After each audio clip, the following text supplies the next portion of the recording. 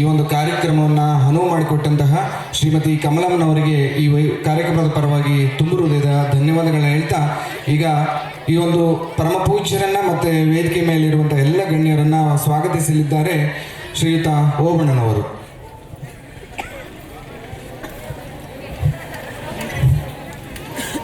ಶ್ರೀ ಗುರುಗುಂಡ ಬ್ರಹ್ಮೇಶ್ವರ ಸ್ವಾಮಿ ಮಠ, ಶ್ರೀ ಸ್ಫಟಿಕಪುರಿ ಮಹಾಸಂಸ್ಥಾನ, ಶ್ರೀ ಕ್ಷೇತ್ರ ಪಟ್ಟನಾಯಕನಹಳ್ಳಿ 22ನೇ ಕೃಷಿ ಮತ್ತು ಕೈಗಾರಿಕಾ ವಸ್ತು ಪ್ರದರ್ಶನದ ಆರೋಗ್ಯ ಇಲಾಖೆ ಮತ್ತು ಗ್ರಾಮೀಣಾಭಿವೃದ್ಧಿ ಇಲಾಖೆ ಸಹಯೋಗದೊಂದಿಗೆ ನಡೆಯತಕ್ಕಂಥ ಈ ಕಾರ್ಯಕ್ರಮದಲ್ಲಿ ದಿವ್ಯ ಸಾನ್ನಿಧ್ಯ ವಹಿಸಿರುವ ಪರಮ ಪೂಜ್ಯ ಜಗದ್ಗುರು ಶ್ರೀ ಶ್ರೀ ನಂಜಾವಧೂತ ಮಹಾಸ್ವಾಮೀಜಿಯವರು, ಪೀಠಾಧಿಪತಿಗಳು, ಶ್ರೀ ಗುರುಗುಂಡ ಬ್ರಹ್ಮೇಶ್ವರ ಮಠ, ಶ್ರೀ ಸ್ಫಟಿಕಪುರಿ ಮಹಾಸಂಸ್ಥಾನ ಇವರಿಗೆ ಭಕ್ತಿಪೂರ್ವಕ ಸ್ವಾಗತವನ್ನು ಬಯಸ್ತಾ ಇದೆ.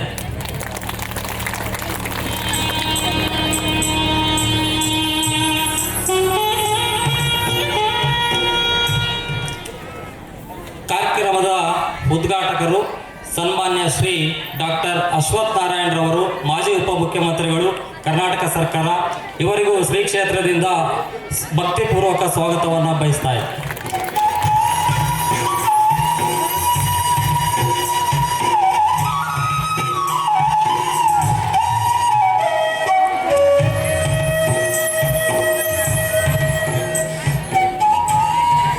ಸನ್ಮಾನ್ಯ ಶ್ರೀ ಡಾಕ್ಟರ್ CM ರಾಜೇಶ್ ಗೌಡ್ರವರು, ಮಾಜಿ ಶಾಸಕರು, ಶಿರಾ ವಿಧಾನಸಭಾ ಕ್ಷೇತ್ರ. ಇವರಿಗೂ ಕೂಡ ಭಕ್ತಿಪೂರ್ವಕ ಸ್ವಾಗತವನ್ನು ಬಯಸ್ತಾ ಇದೆ.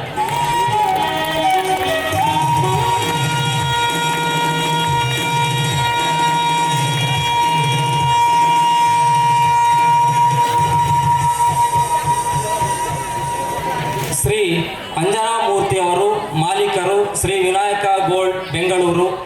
ಇವರಿಗೂ ಕೂಡ ಭಕ್ತಿಪೂರ್ವಕ ಸ್ವಾಗತವನ್ನು ಬಯಸ್ತಾ ಇದೆ.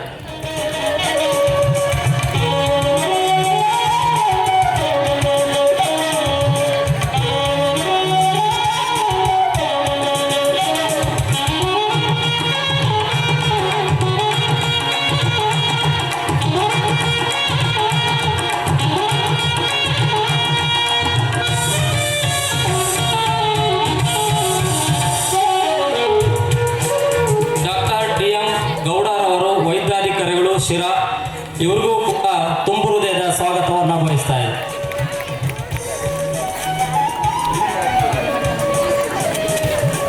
ರಾಜಶೇಖರ್ SBM ಅಧಿಕಾರಿ, ಬೆಂಗಳೂರು. ಇವ್ರಿಗೂ ಕೂಡ ಸ್ವಾಗತವನ್ನು ಬಯಸ್ತಾ ಇದ್ದೀವಿ.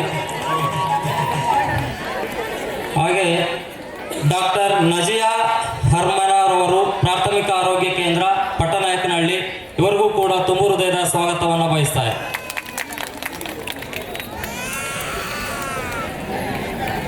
ಹಾಗೆ ಚಂದ್ರಪ್ಪನವರು, ಜಿಲ್ಲಾ ಉಪ ಆರೋಗ್ಯ ಶಿಕ್ಷಣಾಧಿಕಾರಿಗಳು. ಇವ್ರಿಗೂ ಕೂಡ ಸ್ವಾಗತವನ್ನು ಬಯಸ್ತಾ ಇದೆ. ಹಾಗೆಯೇ ಎಲ್ಲ ಅಧಿಕಾರಿಗಳಿಗೂ ಮತ್ತು ಸಿಬ್ಬಂದಿಯವರಿಗೂ ಕೂಡ ಈ ವೇದಿಕೆ ಪರವಾಗಿ ಎಲ್ಲರಿಗೂ ತುಂಬ ಹೃದಯದ ಸ್ವಾಗತವನ್ನು ಬಯಸ್ತಾ ಸ್ವಾಗತವನ್ನು ಎಲ್ಲ ಗಣ್ಯರನ್ನು ಭಕ್ತಿಪೂರ್ವಕವಾಗಿ ಮತ್ತು ಆತ್ಮೀಯತೆಯಿಂದ ಸ್ವಾಗತಿಸಿದಂತಹ ಶ್ರೀಯುತ ಓಬಣ್ಣನವರಿಗೆ ಧನ್ಯವಾದಗಳನ್ನ ಹೇಳ್ತಾ, ಈಗ ಕಾರ್ಯಕ್ರಮದ ಉದ್ಘಾಟನೆ ಶ್ರೀಯುತ ಸನ್ಮಾನ್ಯ ಶ್ರೀ ಡಾಕ್ಟರ್ ಅಶ್ವಥ್ ನಾರಾಯಣರವರು, ಮಾಜಿ ಉಪಮುಖ್ಯಮಂತ್ರಿಗಳು ಮತ್ತು ಪರಮ ಪೂಜ್ಯರು, ಈ ಒಂದು ಕಾರ್ಯಕ್ರಮದ ಉದ್ಘಾಟನೆಯನ್ನು ನಡೆಸಿಕೊಡ್ಬೇಕಾಗಿ ವಿನಂತಿಸಿಕೊಳ್ತೀನಿ.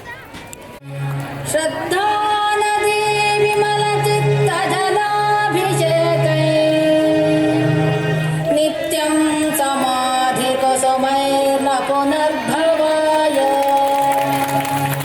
ನಿತ್ಯಂ ಸಮಾಧಿ ಕುಸುಮೈರ್ನ ಪುನರ್ಭವಾಯ, ಜ್ಞಾನಪೂರ್ಣ ಜಗಜ್ಯೋತಿ ನಿರ್ಮಲವಾದ ಮನವೇ ಕರ್ಪೂರಧಾರತಿ, ಜ್ಞಾನಪೂರ್ಣ ಜಗಜ್ಯೋತಿ ನಿರ್ಮಲವಾದ ಮನವೇ ಕರ್ಪೂರಧಾರತಿ, ಅನುದಿನ ಗುರುವಿನೊಳನು ಗೂಡಿ ಭಕ್ತಿಯಲ್ಲಿ, ಅನುದಿನ ಗುರುವಿನೊಳನು. ಧನ್ಯವಾದಗಳನ್ನ ಹೇಳ್ತಾ, ಈಗ ಈ ಒಂದು ಕಾರ್ಯಕ್ರಮವನ್ನು ಕುರಿತು ಪ್ರಾಸ್ತಾವಿಕ ನುಡಿಯನ್ನು ಸನ್ಮಾನ್ಯ ಶ್ರೀ ಡಾಕ್ಟರ್ ರಾಜೇಶ್ ಗೌಡರವರು, ಜನಪ್ರಿಯ ಮಾಜಿ ಶಾಸಕರು, ಇವರು ಒಂದು ಕಾರ್ಯಕ್ರಮವನ್ನು ಕುರಿತು ಮಾತಾಡಬೇಕಾಗಿ ಅವರಲ್ಲಿ ವಿನಂತಿಸಿಕೊಳ್ತೀನಿ. ಎಲ್ಲರಿಗೂ ನಮಸ್ಕಾರ. ಶ್ರೀ ಗುರುಗುಂಡ ಬ್ರಹ್ಮೇಶ್ ಸ್ವಾಮಿ ಮಠದ ಆವರಣದಲ್ಲಿ ಈ ದಿನ 22ನೇಯ ಕೃಷಿ ಮತ್ತು ಕೈಗಾರಿಕಾ ವಸ್ತು ಪ್ರದರ್ಶನ ಈ ಒಂದು ಕಾರ್ಯಕ್ರಮದ ದಿವ್ಯ ಸಾನ್ನಿಧ್ಯವನ್ನು ವಹಿಸಿರ್ತಕ್ಕಂತಹ ಈ ಕ್ಷೇತ್ರದ ನಮ್ಮೆಲ್ಲರ ಆರಾಧ್ಯ ದೈವ ಸ್ವರೂಪರು, ನಮ್ಮೆಲ್ಲರ ಮಾರ್ಗದರ್ಶಕರು ಆದಂತಹ ಪರಮ ಪೂಜ್ಯ ಜಗದ್ಗುರು ಶ್ರೀ ಶ್ರೀ ಶ್ರೀ ನಂಜಾವಧೂತ ಮಹಾಸ್ವಾಮೀಜಿಯವರ ಪಾದಕಮಲಗಳಲ್ಲಿ ನಮಸ್ಕರಿಸುತ್ತಾ, ವೇದಿಕೆಯನ್ನು ಅಲಂಕರಿಸಿ ಈಗ ತಾನೇ ಉದ್ಘಾಟನೆಯನ್ನು ನೆರವೇರಿಸಿರ್ತಕ್ಕಂತಹ ನಮ್ಮ ನಾಯಕರು, ಕರ್ನಾಟಕ ರಾಜ್ಯದ ಮಾಜಿ ಉಪಮುಖ್ಯಮಂತ್ರಿಗಳು, ಹಾಲಿ ಮಲ್ಲೇಶ್ವರಂ ಕ್ಷೇತ್ರದ ಶಾಸಕರು ಆಗಿರ್ತಕ್ಕಂತಹ ಅಶ್ವಥ್ ನಾರಾಯಣ ಸಾಹೇಬ್ರೆ, ಮಠದ ಸದ್ಭಕ್ತರು, ಬೆಂಗಳೂರಲ್ಲಿ ಸಮಾಜ ಸೇವಕರು ಆಗಿರ್ತಕ್ಕಂತಹ ಅಂಜನಮೂರ್ತಿಯವರೇ, ಅದೇ ರೀತಿಯಲ್ಲಿ ತಾಯಿ ಮತ್ತು ಮಕ್ಕಳ ಆಸ್ಪತ್ರೆಯ ವೈದ್ಯಾಧಿಕಾರಿಗಳಾದಂತಹ ಡಾಕ್ಟರ್ DM ಗೌಡ ಅವರೇ, ಕರಿಯಣ್ಣ ಅವರೇ, ಚಂದ್ರಪ್ಪ ಅವರೇ, ಚಿಕ್ಕಣ್ಣ ಅವರೇ, ಅದೇ ರೀತಿಯಲ್ಲಿ ಸಾಕಷ್ಟು ನಮ್ಮ ಸರ್ಕಾರದ ವತಿಯಿಂದ ಅಧಿಕಾರಿಗಳು ವರ್ಗದವರು ಅಧಿಕಾರಿಗಳು ಎಲ್ಲರೂ ಕೂಡ ಬಂದಿರ್ತಾರೆ. ಅವರೆಲ್ಲರಿಗೂ ಕೂಡ ನಮಸ್ಕರಿಸ್ತಾ, ವೇದಿಕೆಯ ಮುಂಭಾಗದಲ್ಲಿ ಆಸೀನರಾಗಿರ್ತಕ್ಕಂತಹ ಎಲ್ಲ ರೀತಿಯ ವಿದ್ಯಾರ್ಥಿನಿಯರೇ, ಅದೇ ರೀತಿಯಲ್ಲಿ ಎಲ್ಲ ತಂದೆ ತಾಯಿಯಂದರೆ, ಸೋದರ ಸೋದರಿಯರೇ, ನಿಜಕ್ಕೂ ಕೂಡ ಸುಮಾರು 22 ವರ್ಷಗಳಿಂದ ಸತತವಾಗಿ ಈ ಒಂದು ಕ್ಷೇತ್ರದಲ್ಲಿ, ಪುಣ್ಯಕ್ಷೇತ್ರದಲ್ಲಿ, ಪ್ರಮುಖವಾಗಿ ನಮ್ಮ ಸಿರಾ ಮತ್ತು ಬಯಲುಸೀಮೆ ಭಾಗದಲ್ಲಿ ಒಂದು ಆಶಾದೀಪವಾಗಿ ನಮ್ಮೆಲ್ಲರಿಗೂ ಕೂಡ ಹಲವಾರು ಒಂದು ಸಮಾಜ ಸೇವೆ ಇರ್ಬೋದು, ಹಲವಾರು ಹೋರಾಟಗಳಿರ್ಬೋದು, ನೀರಾವರಿ ಇರ್ಬೋದು, ಕೃಷಿ ಇರ್ಬೋದು, ಕೈಗಾರಿಕೆ ಇರ್ಬೋದು, ಶಿಕ್ಷಣ ಇರ್ಬೋದು, ಅನೇಕ ಕ್ಷೇತ್ರದಲ್ಲಿ ತಮ್ಮದೇ ಆದಂತಹ ಛಾಪನ್ನು ಮೂಡಿಸಿ ನಮ್ಮೆಲ್ಲರಿಗೂ ಕೂಡ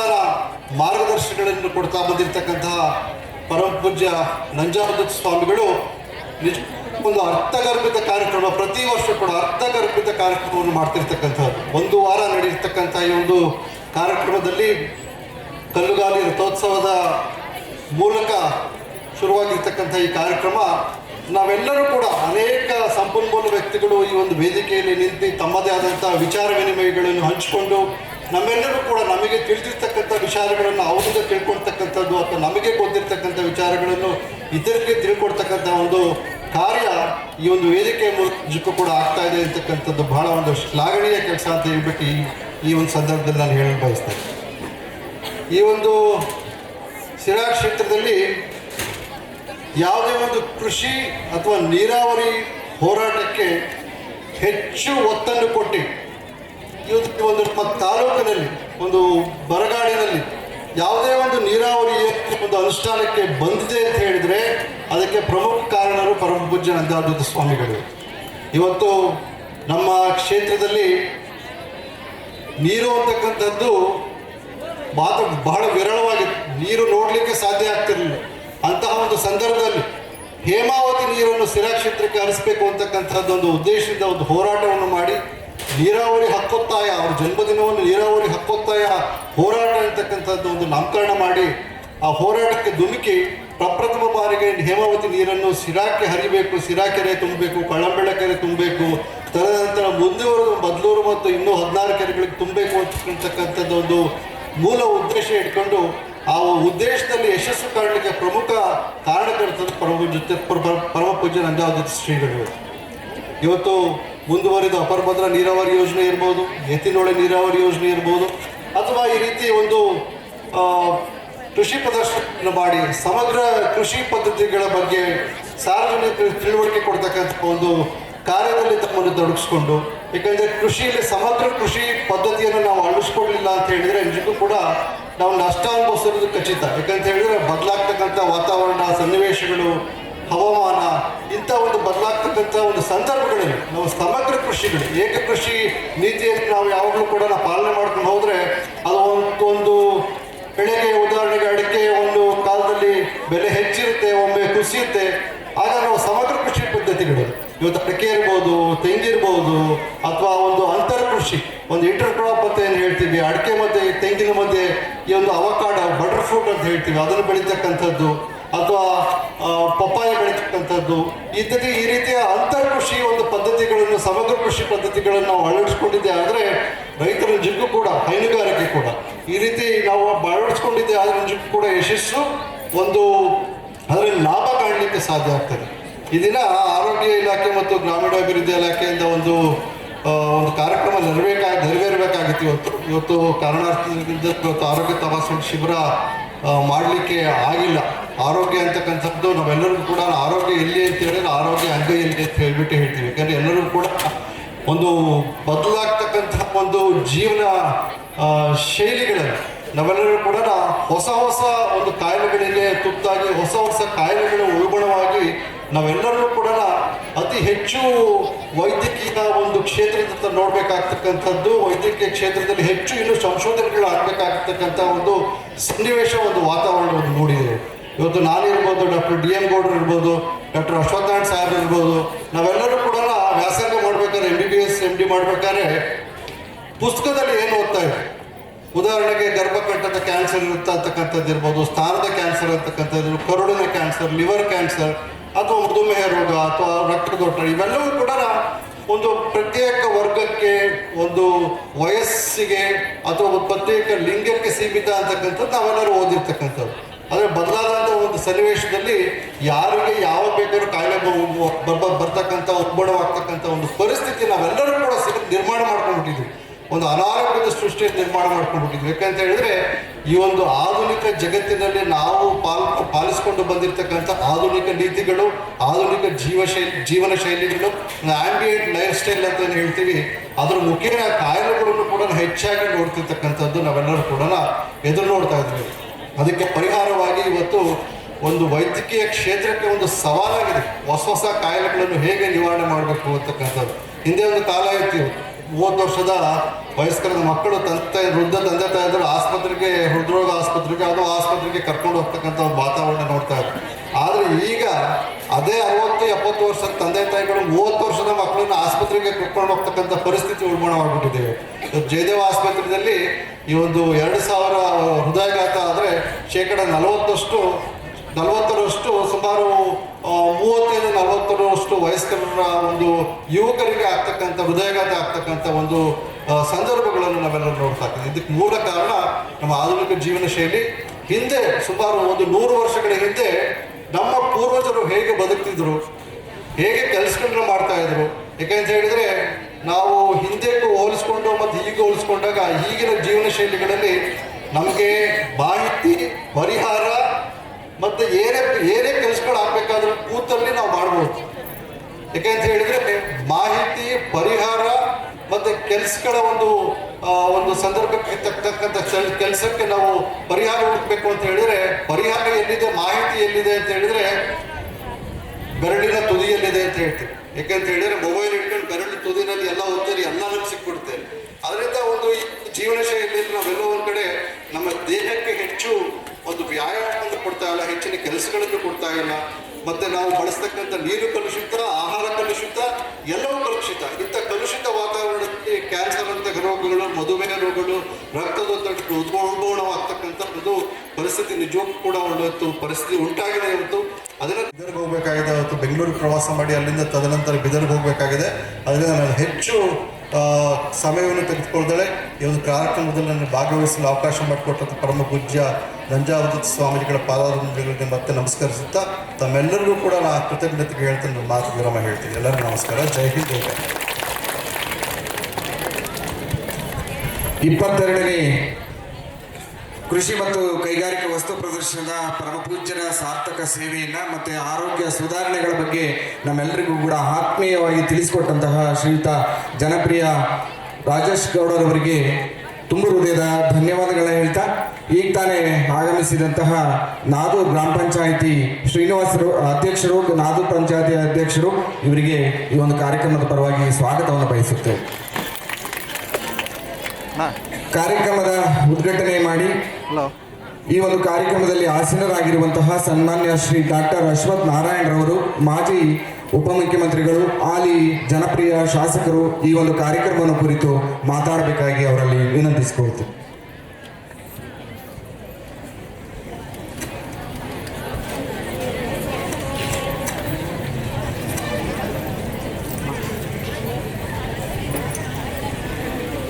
ಎಲ್ಲ ಗಣ್ಯಮಾನ್ಯರೇ, ವಿದ್ಯಾರ್ಥಿಗಳೇ, ಪರಮ ಪೂಜ್ಯ ಶ್ರೀ ಶ್ರೀ ನಂಜಾವಧೂತ ಮಹಾಸ್ವಾಮಿಗಳ ಪಾದಕಮಲಗಳಿಗೆ ನನ್ನ ಸಾಷ್ಟಾಂಗ ನಮಸ್ಕಾರಗಳನ್ನು ಸಲ್ಲಿಸುತ್ತಾ, ಅವರ ಒಂದು ಆಶೀರ್ವಾದದೊಂದಿಗೆ ಏನೊಂದು ಕೃಷಿ ಮತ್ತು ಕೈಗಾರಿಕಾ ವಸ್ತು ಪ್ರದರ್ಶನ ಕಾರ್ಯಕ್ರಮ 22ನೆಯ ವರ್ಷ ಸತತವಾಗಿ ನಡೀತಿರುವಂಥ ಒಂದು ವಸ್ತು ಪ್ರದರ್ಶನವಾಗಿದೆ. ಈ ಸಂದರ್ಭದಲ್ಲಿ ಈಗ ತಾನೇ ತಮ್ಮನ್ನೆಲ್ಲ ಉದ್ದೇಶಿಸಿ ಮಾತಾಡಿದಂಥ ನನ್ನ ಆತ್ಮೀಯ ಸ್ನೇಹಿತರು, ಮಾಜಿ ಶಾಸಕರಾಗಿರುವಂಥ ಡಾಕ್ಟರ್ ರಾಜೇಶ್ ಅವರೇ, ಉದ್ಯಮಿಗಳು, ಸಮಾಜಮುಖಿಗಳಾಗಿ ಬಹಳ ಉತ್ತಮ ಕಾರ್ಯವನ್ನು ಮಾಡ್ತಿರುವಂಥ ಅಂಜನ್ ಮೂರ್ತಿಯವರೇ, ವೈದ್ಯರು ಮತ್ತು ವೈದ್ಯಾಧಿಕಾರಿಗಳಾಗಿರುವಂಥ ಡಾಕ್ಟರ್ ಗೌಡ್ರೆ, ಹಾಗೂ ವೇದಿಕೆ ಮೇಲಿರುವಂಥ ಎಲ್ಲ ಗಣ್ಯಮಾನ್ಯರೇ, ಆತ್ಮೀಯರೇ, ಏನೊಂದು ಕೃಷಿ ಮತ್ತು ಕೈಗಾರಿಕಾ ಪ್ರದರ್ಶನ ನಮ್ಮ ಸಿರಾ ತಾಲೂಕಿನಲ್ಲಿ ಪಟ್ನಾಯಕನಹಳ್ಳಿಯಲ್ಲಿ ಇಂಥ ಒಂದು ಒಳ್ಳೆ ಕಾರ್ಯಕ್ರಮವನ್ನು ಆಯೋಜನೆಯನ್ನು ಮಾಡಿ ಈ ಭಾಗದ ಜನರಿಗೆ, ಇಡೀ ಪ್ರಪಂಚದ ಜೊತೆಯಲ್ಲಿ ಇನ್ನು ಹೆಚ್ಚಿನ ರೀತಿ ಸಂಪರ್ಕಕ್ಕೆ ತಂದು ಜನಜಾಗೃತಿ. ಇವತ್ತು ಸಮಾಜದಲ್ಲಿ ಬಹಳ ಮುಖ್ಯವಾಗಿ ಬೇಕಾಗಿರೋದು ಜನಜಾಗೃತಿ, ತಿಳುವಳಿಕೆ ಮೂಡಿಸ್ಬೇಕು.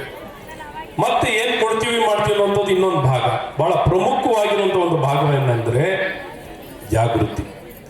ಒಂದು ಸಮಾಜದಲ್ಲಿ, ಮಕ್ಕಳಲ್ಲಿ ಅಥವಾ ಸಮಾಜದ ನಾಗರಿಕರಲ್ಲಿ ಜಾಗೃತಿಯನ್ನು ಮೂಡಿಸಿದ್ರೆ ಏನನ್ನು ಮಾಡಿದ್ರೆ ಒಳ್ಳೆಯದು, ಯಾವ ರೀತಿ ಪ್ರಪಂಚ ನಡೀತಿದೆ, ಪ್ರಸ್ತುತವಾಗಿರುವಂಥ ವಿಚಾರಗಳೇನು, ನಾವೆಲ್ಲರೂ ಸೇರಿ ಯಾವ ರೀತಿ ಕೈ ಜೋಡಿಸಿ ನಾವೆಲ್ಲರೂ ಒಂದಾಗಿ ಒಮ್ಮತದಿಂದ ಒಗ್ಗಟ್ಟಿನಿಂದ ಕೆಲಸ ಮಾಡುವಂಥದ್ದು ಮುಖ್ಯವಾಗಿರುತ್ತೆ. ಹಾಗಾಗಿ ಈ ದಿಕ್ಕಿನಲ್ಲಿ ಸತತವಾಗಿ ಪೂಜ್ಯ ಗುರುಗಳು ಪ್ರತಿನಿತ್ಯ ಪ್ರತಿ ಕ್ಷಣನೂ ಈ ದಿಕ್ಕಿನಲ್ಲಿ ಪ್ರಯತ್ನವನ್ನು ಮಾಡಿ ಎಲ್ಲ ಕ್ಷೇತ್ರದಲ್ಲೂ ಸ್ಪರ್ಶವನ್ನು ಮಾಡಿ ಯಾವ್ಯಾವ ಕ್ಷೇತ್ರದಲ್ಲಿ ಯಾರ್ಯಾರು ತಮ್ಮ ವೃತ್ತಿಯನ್ನು ಮಾಡ್ತಿದ್ದಾರೆ, ಆ ವೃತ್ತಿಯನ್ನು ಮಾಡ್ತಿರುವಂಥವ್ರನ್ನ ಸರ್ಕಾರದ ವಿವಿಧ ಇಲಾಖೆಯ ಜೊತೆಯಲ್ಲಿ, ಎಲ್ಲ ಇಲಾಖೆಯ ಜೊತೆಯಲ್ಲಿ ಜೋಡಿಸಿ ಯಾವ ರೀತಿ ಸರ್ಕಾರದಲ್ಲಿ ಬೇರೆ ಬೇರೆ ಇಲಾಖೆಯಲ್ಲಿ ಕಾರ್ಯಕ್ರಮಗಳನ್ನು ಹಮ್ಮಿಕೊಂಡಿದ್ದಾರೆ, ಈ ಕಾರ್ಯಕ್ರಮಗಳೆಲ್ಲ ಬಗ್ಗೆ ತಿಳುವಳಿಕೆ ಮೂಡಿಸುವಂಥದ್ದಾಗಬೇಕು. ಯಾಕೆಂದರೆ ಸರ್ಕಾರ ಒಂದು ಭಾಗದಲ್ಲಿ ಒಂದು ಕಡೆ ಕಾರ್ಯಕ್ರಮ ಮಾಡ್ತಿರ್ತಾರೆ, ಆದರೆ ಜನಕ್ಕೆ ತುಂಬ ಸಂದರ್ಭದಲ್ಲಿ ಮಾಹಿತಿಯ ಕೊರತೆ ಇರ್ತದೆ.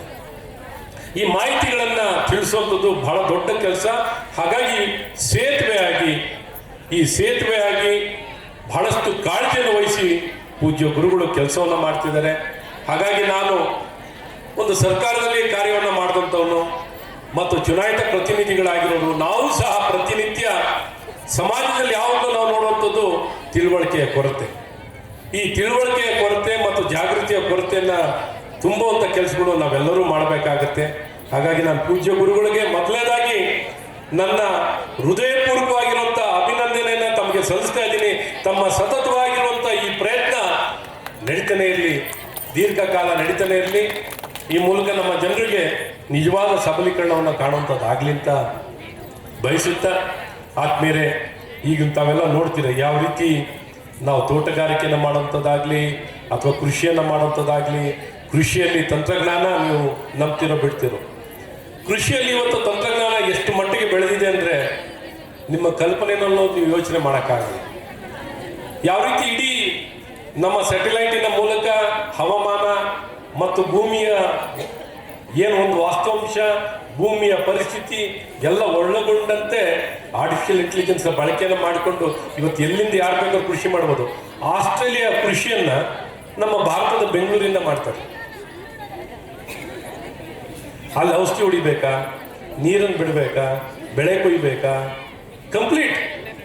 ಕಂಪ್ಲೀಟ್ ಆಗಿ ಆಟೋಮೇಷನ್ ಆಗಿ ರೋಬೋಟಿಕ್ಸ್ ಅನ್ನು ಬಳಕೆ ಮಾಡಿ ನಿಮ್ಗೆ ಆಶ್ಚರ್ಯ ಆಗ್ಬೋದು.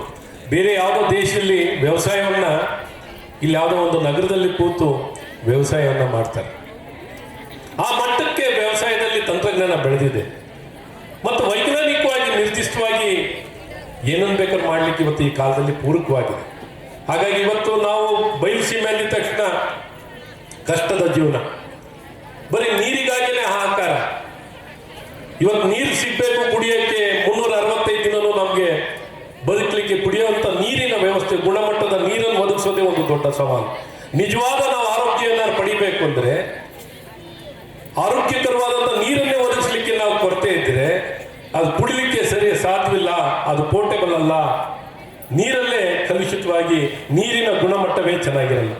ಇವತ್ತು ಸಿರಾ ತಾಲೂಕಿನಲ್ಲಿ ಅಂಥ ಸವಾಲುಗಳು ಇರುವಂಥದ್ದು ಇದೆ. ಇದನ್ನೆಲ್ಲ ಅರ್ಥ ಮಾಡಿಕೊಂಡು ಪೂಜ್ಯಗುರುಗಳು ನಮಗೆ ನೀರಾವರಿಯನ್ನ, ಕುಡಿಯೋ ನೀರಿನ ವ್ಯವಸ್ಥೆಗಳನ್ನಾಗಲಿಕ್ಕೆ ಸತತವಾಗಿ ಹಗಲು ಇರುಳು ಹೋರಾಟವನ್ನು ಮಾಡ್ಕೊಂಡು ಬಂದು ಇವತ್ತು ಈ ಭಾಗದಲ್ಲಿ ಎಲ್ಲರಿಗೂ, ಇಡೀ ನಾಡಿನ ಉದ್ದಾಗಲದಲ್ಲಿ ಎಲ್ಲೇ ಯಾರಿಗೆ ನ್ಯಾಯ ಬೇಕಾಗಿದ್ರೆ, ಎಲ್ಲೇ ಯಾರಿಗೆ ಸಮಾನತೆ ಬೇಕು, ಅವಕಾಶಗಳು ಬೇಕು, ಇವನ್ನೆಲ್ಲವನ್ನು ಒದಗಿಸ್ಲಿಕ್ಕೆ, ಬೆಂಬಲಿಸಲಿಕ್ಕೆ ಪೂಜ್ಯ ಗುರುಗಳು ಸದಾಕಾಲ ಜನಪರವಾಗಿ ಕೆಲಸ ಮಾಡಿದಂಥ ಮಹಾನ್ ಗುರುಗಳು. ಬರೀ ಧಾರ್ಮಿಕವಾಗಿಯೂ ಆಧ್ಯಾತ್ಮಿಕವಾಗಿ ಸೀಮಿತವಾಗಿಲ್ಲ, ಶೈಕ್ಷಣಿಕವಾಗಿ, ಸಾಮಾಜಿಕವಾಗಿಯೂ, ರಾಜಕೀಯವಾಗಿಯೂ, ಆರ್ಥಿಕ ಎಲ್ಲ ವಿಚಾರಗಳನ್ನು ಒಳಗೊಂಡಂತೆ ಸಮಾಜಕ್ಕೆ ಏನು ಮಾಡಿದ್ರೆ ಒಳ್ಳೆಯದು ಅಂತ ಸದಾಕಾಲ ಎಲ್ಲ ಇಡೀ ನಾಡಿನ ಉದ್ದ ಅಗಲದಲ್ಲಿ ಎಲ್ಲ ಕಡೆಯೂ ಪ್ರವಾಸವನ್ನು ಮಾಡಿ ನಿಷ್ಠೂರವಾದಿಗಳಾಗಿ ಏನೇ ಇರಲಿ ಸತ್ಯ ಏನು ಹೇಳಬೇಕಾಗಿದೆ ಹೇಳೇ ತಿರೋದು. ಯಾರು ಏನೇ ಅಂದ್ಕೊಳ್ಳಿ, ಸತ್ಯವನ್ನು ಹೇಳ್ತೀನಿ, ಆ ಸತ್ಯವನ್ನು ಹೇಳಿ ಎಲ್ಲರಿಗೂ ನ್ಯಾಯವನ್ನು ಕೊಡಿಸುವಂಥ ಕೆಲಸವನ್ನು ಮಾಡುವಂಥ ಪ್ರಯತ್ನವನ್ನು ಯಾರು ಒಬ್ಬ ಪೂಜ್ಯ ಗುರುಗಳಿದ್ರೆ ಅದು ಪೂಜ್ಯ ನಂಜಾವಧೂತ ಸ್ವಾಮಿಗಳು ಅಂತ ಬಹಳ ಸ್ಪಷ್ಟವಾಗಿ ಹೇಳಕ್ಕೆ ಇಷ್ಟಪಡ್ತೀನಿ. ಹಾಗಾಗಿ ಗುರುಗಳು ನೋಡಿದಾಗ ನಮಗೆ ಬಹಳ ಖುಷಿ ಆಗುತ್ತೆ. ಯಾವ ರೀತಿ ಒಂದು ಶಕ್ತಿಯುತವಾಗಿ ಪರಿಣಾಮಕಾರಿಯಾಗಿ ಜನಪರವಾಗಿ ಮಾತಾಡೋಂಥದ್ದು. ಯಾರನ್ನು ಓಲೈಸ್ಕೊಳ್ಬೇಕು ಅಂತೇನು ಮಾತಾಡಲ್ಲ. ಯಾರನ್ನು ಓಲೈಸ್ಕೋಬೇಕು, ನನಗೇನು ಕೆಲಸ ಆಗಬೇಕು, ಯಾರು ನಿಷ್ಠೂರ ಮಾಡ್ಕೋಬೇಕು, ಇದೆಲ್ಲ ಯೋಚನೆ ಬರಲ್ಲ. ಇವತ್ತೇನು ಹೇಳಿದ್ರೆ ಜನಕ್ಕೆ ಒಳ್ಳೇದಾಗುತ್ತೆ, ಆ ಜನಪರವಾಗಿ ನಿಲುವನ್ನು ತಗೊಂಡು ಜನಪರವಾಗಿ ಕೆಲಸ ಮಾಡುವಂಥ ಪೂಜ್ಯ ಗುರುಗಳಿಗೆ ನಾನು ಎಷ್ಟು ಕೃತಜ್ಞತೆ, ಜನರ ಪರವಾಗಿಯೂ ಸಮಾಜದ ಪರವಾಗಿಯೂ ನಿಮ್ಗೆಷ್ಟು ಅಭಿನಂದನೆಯನ್ನು ಸಲ್ಲಿಸಲು ಸಾಲಲ್ಲ ಗುರುಗಳೇ. ಈ ರೀತಿ ಹೋರಾಟ, ನಿಮ್ಮ ನಿಲುವು, ನಿಮ್ಮ ಪ್ರಯತ್ನಗಳು ಸದಾಕಾಲ ನಡೀಲಿಕ್ಕೆ ನಾನು ಬಯಸುತ್ತೇನೆ. ಹಾಗೆ ಆದ್ಮೇಲೆ ಇವತ್ತಿನ ಈ ಕಾರ್ಯಕ್ರಮ ತಮಗೆಲ್ಲ ಗೊತ್ತಿದ್ದ ಹಾಗೆ ಆರೋಗ್ಯ. ಡಾಕ್ಟರ್ ರಾಜೇಶ್ವರು ಒಂದು ಸವಿಸ್ತಾರವಾಗಿ ಆರೋಗ್ಯದ ವಿಚಾರದಲ್ಲಿ ಮಾತಾಡಿದ್ದಾರೆ. ಹಾಗೂ ಗ್ರಾಮೀಣ ಅಭಿವೃದ್ಧಿ ವಿಚಾರದಲ್ಲೂ ಹೇಗೆ ನರೇಗಾ, ಇನ್ನೊಂದು ನಬಾರ್ಡ್, ಇವೆಲ್ಲ ಯೋಜನೆಗಳು ಇವತ್ತು ಗ್ರಾಮೀಣ ಭಾಗದಲ್ಲಿ ಒಂದು ದೊಡ್ಡ ಕ್ರಾಂತಿಯನ್ನೇ ಮಾಡಲಿಕ್ಕೆ ಸಾಧ್ಯ ಇದೆ. ಆದರೆ ಈ ಯೋಜನೆಗಳನ್ನು ಹೇಗೆ ನಾವು ಬಳಕೆ ಮಾಡಿ ಮುಖ್ಯ. ಇವತ್ತು ಏನು ಕೊಟ್ಟಿಲ್ಲ ಏನಲ್ಲ, ಇವತ್ತು ಯೋಜನೆಗಳಲ್ಲಿ ಅಪಾರವಾಗಿ ಯೋಜನೆಗಳಿದೆ. ಇವನ್ನೆಲ್ಲವನ್ನು ಬಹಳ ಉತ್ತಮವಾಗಿ ನಾವು ಬಳಕೆಯನ್ನು ಮಾಡ್ಕೋಬೇಕು. ಮತ್ತು ನಮ್ಮ ವಿದ್ಯಾರ್ಥಿಗಳು ಇವತ್ತು ಶಿಕ್ಷಣದಲ್ಲಿ ಆರೋಗ್ಯ ಅಂದ್ರೆ ಏನು ಅಂತ, ಆರೋಗ್ಯದ ವಿಚಾರದಲ್ಲಿ ಹೇಗೆ ತಮ್ಮ ಆರೋಗ್ಯವನ್ನು ಹೆಚ್ಚಿಸ್ಕೋಬಹುದು, ತಮ್ಮ ಆರೋಗ್ಯವನ್ನು ಕಾಪಾಡ್ಕೋಬಹುದು ಶಿಕ್ಷಣದ ಮೂಲಕ. ಇವತ್ತು ಸಮಾಜದ ಎಲ್ಲ ಸಮಸ್ಯೆಗಳನ್ನ ಗುಣಮಟ್ಟ ಪರಿಪೂರ್ಣದ ಶಿಕ್ಷಣದ ಮೂಲಕನೇ ನಾವು ಬಗೆಹರಿಸ್ಕೊಳ್ಳೋಕೆ ಸಾಧ್ಯವಾಗುತ್ತೆ. ಹಾಗಾಗಿ ಎಲ್ಲ ಒಂದು ಕಡೆ ನಾವು ಕಟ್ಟಿದ್ವಿ, ಆರೋಗ್ಯ ಕ್ಲಿನಿಕ್ ಅನ್ನು ಕಟ್ಟಿದ್ವಿ. ಇದನ್ನು ಕೊಡೋ ಮೂಲಕ ನಾವು ಎಲ್ಲರಿಗೂ ಆರೋಗ್ಯ ಕೊಡ್ತೀವಿ ಅಂದ್ರೆ ಆಗಲ್ಲ. ಪ್ರತಿಯೊಬ್ಬ ವ್ಯಕ್ತಿಯಲ್ಲಿ ಯಾವ ರೀತಿ ನಮ್ಮ ಆರೋಗ್ಯನ ಪಡ್ಕೋಬಹುದು, ಯಾವ ರೀತಿ ನಾವು ನಮ್ಮ ಜೀವನ ಅಭ್ಯಾಸಗಳನ್ನ ಇಟ್ಕೊಂಡ್ರೆ ನಮ್ಮ ಆರೋಗ್ಯವನ್ನು ಹೆಚ್ಚಿಸ್ಕೊಳ್ಬೋದು ಅನ್ನೋಂಥದ್ದು ತಿಳಿಸೋದು ಬಹಳ ಮುಖ್ಯವಾಗಿದೆ. ನಮ್ಮ ಪೌಷ್ಟಿಕಾಂಶ, ನಮ್ಮ ಆಹಾರ ಪದ್ಧತಿ, ನಾವು ತಿನ್ನುವಂಥ ಆಹಾರನೇ, ನಾವು ತಿನ್ನೋ ಆಹಾರ ಆಧಾರಿತವಾಗಿ ಹೇಳ್ಬೋದು ಏನು ತಿಂತಾ ಇದೀವಿ ಅದರ ಆರೋಗ್ಯ ಕಾಪಾಡ್ಕೊಳ್ಳಿಕ್ಕೆ ಸಾಧ್ಯ. ಹಾಗಾಗಿ ಏನೊಂದು ವೆಲ್ ಬ್ಯಾಲೆನ್ಸ್ಡ್ ಆಹಾರ ಅಥವಾ ನ್ಯೂಟ್ರಿಷನ್ ಅಂತ ಏನು ಕರಿತೀವೋ ಅದ್ರ ಬಗ್ಗೆ ತಿಳುವಳಿಕೆ ಮೂಡಿಸ್ಬೇಕು. ಅದಕ್ಕೆ ದುಡ್ಡು ಜಾಸ್ತಿ ಆಗುತ್ತೆ ಅನ್ನೋದಲ್ಲ, ದುಡ್ಡು ಜಾಸ್ತಿನಲ್ಲಿ ನಮಗೆ ಪೌಷ್ಟಿಕ ಆಹಾರ ಸಿಗುತ್ತೆ ಅನ್ನೋದಲ್ಲ. ಪೌಷ್ಟಿಕ ಆಹಾರ ಸಿಗ್ಬೇಕು, ಪೌಷ್ಟಿಕಾಂಶ ಸಿಗ್ಬೇಕು ಅಂದ್ರೆ ಏನು ತಿನ್ಬೇಕು ಅನ್ನೋಂಥ ತಿಳುವಳಿಕೆ, ಮನವರಿಕೆ ಇವತ್ತು ಪ್ರತಿಯೊಬ್ಬ ರೈತನಲ್ಲಿ ನಮ್ಮ ಹಳೆ ಪದ್ಧತಿ ಪ್ರಕಾರವಾಗಿ ರೈತನಿಗೆ ಬಹಳ ಚೆನ್ನಾಗಿ ಗೊತ್ತಿದೆ. ಆದರೆ ಬರ್ತಾ ಕಾಲಕ್ರಮೇಣ ನಾವು ಅದನ್ನು ಮರೆತು ಬಿಟ್ಟು ಹೋಗುವಂಥ ಪ್ರಯತ್ನಗಳಾಗಿದೆ. ಆದರೆ ಇದ್ರ ಬಗ್ಗೆ ತಿಳುವಳಿಕೆ ಕೊಡುತ್ತೆ. ನಮಗೆ ಆಹಾರ ಸರಿ ಇದ್ರೆ ಹೆಚ್ಚು ಕಡಿಮೆ ಎಲ್ಲ ಆರೋಗ್ಯವೂ ಚೆನ್ನಾಗಿರುತ್ತೆ. ಅದ್ರ ಜೊತೆಯಲ್ಲಿ ದೈಹಿಕ ಚಟುವಟಿಕೆ, ಯೋಗ, ಇನ್ನೊಂದು ಎಲ್ಲವನ್ನು ಅಳವಡಿಸ್ಕೊಳ್ಳುವಂಥದ್ದು ಆಗಬೇಕಾಗುತ್ತೆ. ಹಾಗಾಗಿ ಇವತ್ತು ನಮ್ಮ ಎಲ್ಲ ಮಕ್ಕಳಲ್ಲೂ ಈ ಆರೋಗ್ಯದ ಬಗ್ಗೆ ನಮ್ಮ ಶಾಲೆಗಳಲ್ಲಿ ಬಹಳಷ್ಟು ಮನವರಿಕೆ ಮತ್ತು ತಿಳುವಳಿಕೆಯನ್ನು ಕೊಡುವಂಥದ್ದಾಗಬೇಕು. ಶಿಕ್ಷಣದಲ್ಲೇ ಶೈಕ್ಷಣಿಕವಾಗಿ ಅದನ್ನು ತರಬೇಕು. ಶೈಕ್ಷಣಿಕವಾಗಿ ಹ್ಯಾಂಡ್ಸ್ ಆನ್ ಅಭ್ಯಾಸ, ಎಕ್ಸ್ಪೆರಿಮೆಂಟ್ ಮಾಡ್ಕೊಳ್ಳೋದು, ಅದನ್ನು ಅಳವಡಿಸ್ಕೊಳ್ಳೋಂಥದ್ದು, ತಿಳ್ಕೊಳ್ಳೋದು ಸತತವಾಗಿ ಕ್ಲಾಸ್ನಲ್ಲಿ, ಶಾಲೆಯಲ್ಲಿ ಆ ಮಕ್ಕಳೇ ಆ ಅಡುಗೆಯನ್ನು ಮಾಡೋಂಥ ವಿಚಾರದಲ್ಲಾಗಲಿ, ತಯಾರು ಮಾಡೋಂಥ ವಿಚಾರದಲ್ಲಾಗಲಿ ನಮ್ಮ ಡಾಕ್ಟರ್ ಗೌಡ್ರು ಚೆನ್ನಾಗಿ ಗೊತ್ತಿರುತ್ತೆ. ಗೌಡ್ರಿಗೆ ಆಹಾರದ ಪೀಡಿಯಾಟ್ರಿಷಿಯನ್ ನೀವೇ ಆಗಿರೋದ್ರಿಂದ ಬೇರೆ ಕಲಿಸ್ತೀವಿ. ಹಾಗಾಗಿ ಚೆನ್ನಾಗಿ ತಿಳಿಸ್ಲಿಕ್ಕೆ ಸಾಧ್ಯವಾಗುತ್ತೆ. ಇದನ್ನು ಭಾಳ ಸವಿಸ್ತಾರವಾಗಿ ನಾನು ನ್ಯಾಷನಲ್ ಎಜುಕೇಷನ್ ಪಾಲಿಸಿನಲ್ಲಿ ಗುರುಗಳೇ ಹೆಲ್ತ್ ಆ್ಯಂಡ್ ವೆಲ್ನೆಸ್ನ ನಮ್ಮ ಹೈಯರ್ ಎಜುಕೇಷನಲ್ಲೇ ತಂದಿದ್ದು. ಮಕ್ಕಳಿಗೆ ಎಷ್ಟೆಷ್ಟೋ ಜ್ಞಾನ ಕೊಡ್ತೀವಿ, ಎಷ್ಟೆಷ್ಟೋ ವಿದ್ಯಾಭ್ಯಾಸವನ್ನು ಪಡ್ಕೋತಾರೆ, ಎಷ್ಟೆಷ್ಟೋ ಪದವಿಯನ್ನು ಪಡ್ಕೋತಾರೆ. ಆದರೆ ನಿಜಕ್ಕೂ ಅವ್ರಿಗೆ ಹೇಗೆ ಸಹಾಯ ಮಾಡ್ಕೋಬೇಕು, ಏನನ್ನು ಮಾಡಿದ್ರೆ ನನಗೆ ಒಳ್ಳೇದಾಗುತ್ತೆ ಅನ್ನೋದು ಬಿಟ್ಟು ಇನ್ನೆಲ್ಲ ಗೊತ್ತಿರುತ್ತೆ. ಪದವಿಯಲ್ಲಿ ಇಷ್ಟೊಂದು ಓದಿರ್ತಾರೆ, ಆದರೆ ಬೇಸಿಕ್ ಆಗಿ ನನ್ನ ಆರೋಗ್ಯ ಕಾಪಾಡ್ಕೊಳ್ಳಿಕ್ಕೆ ನಾನೇನು ಮಾಡಬೇಕು ಅನ್ನೋದು ಗೊತ್ತಿರಲ್ಲ. ಹಾಗಾಗಿ ಇವಾಗ ವರ್ಲ್ಡ್ ಹೆಲ್ತ್ ಆರ್ಗನೈಸೇಷನ್ ಪೂಜೆ ಗುರುಗಳೇ ಒಬ್ಬ ವ್ಯಕ್ತಿ ಆರೋಗ್ಯದ ಬಗ್ಗೆ ಮಾತಾಡ್ತಿಲ್ಲ, ಪ್ರಕೃತಿ ಆರೋಗ್ಯದ ಬಗ್ಗೆ ಮಾತಾಡ್ತಾ ಇದ್ದಾರೆ. ಪ್ರಕೃತಿ ಆರೋಗ್ಯ ಚೆನ್ನಾಗಿದ್ರೆ ನಮ್ಮೆಲ್ಲ ಆರೋಗ್ಯ ಚೆನ್ನಾಗಿರುತ್ತೆ. ಸೊ ಹಾಗಾಗಿ ಇವತ್ತು ಸೀಮಿತವಾಗಿ ಯೋಚನೆ ಮಾಡ್ತಿಲ್ಲ, ಪ್ರಕೃತಿ ಆರೋಗ್ಯವೇ ನಮ್ಮ ಆರೋಗ್ಯ. ಹಾಗಾಗಿ ಈ ವಿಚಾರವನ್ನ ಬಹಳ ಸ್ಪಷ್ಟವಾಗಿ ತಿಳಿಸುವಂತ ಪ್ರಯತ್ನ ಆಗ್ತಿದ್ದು. ನಮ್ಮೆಲ್ಲ ಆಶಾ ಕಾರ್ಯಕರ್ತರು ಇಲ್ಲೇ ಇದ್ದಾರೆ. ಪಾಪ ಮನೆಯೆಲ್ಲ ಹೋರಾಟ ಮಾಡಿ ಏನೋ ಒಂದಿಷ್ಟೆಲ್ಲ ಅನುಕೂಲ ಪಡ್ಕೊಂಡಿದ್ದೀರ. ಹಾಗಾಗಿ ನಿಮಗೂ ಈ ಸಮಾಧಾನ ಇಲ್ಲ ಅಲ್ವಾ? ಆದರೂ ನಿಮ್ಮ ಹೋರಾಟಕ್ಕೇನೋ ಒಂದಿಷ್ಟು ಫಲ ಸಿಕ್ಕಿದೆ. ಇನ್ನೂ ಪೂರ್ತಿ ಫಲ ಸಿಗುವಂಥದ್ದು ಆಗಲಿ ಅಂತ ನಾನು ಈ ಸಂದರ್ಭದಲ್ಲಿ ನಿಮಗೆ ಶುಭಾಶಯ ಕೋರುತ್ತೇನೆ. ಚೆನ್ನಾಗಿ ಕೆಲಸ ಮಾಡ್ತಿರ್ತೀರ.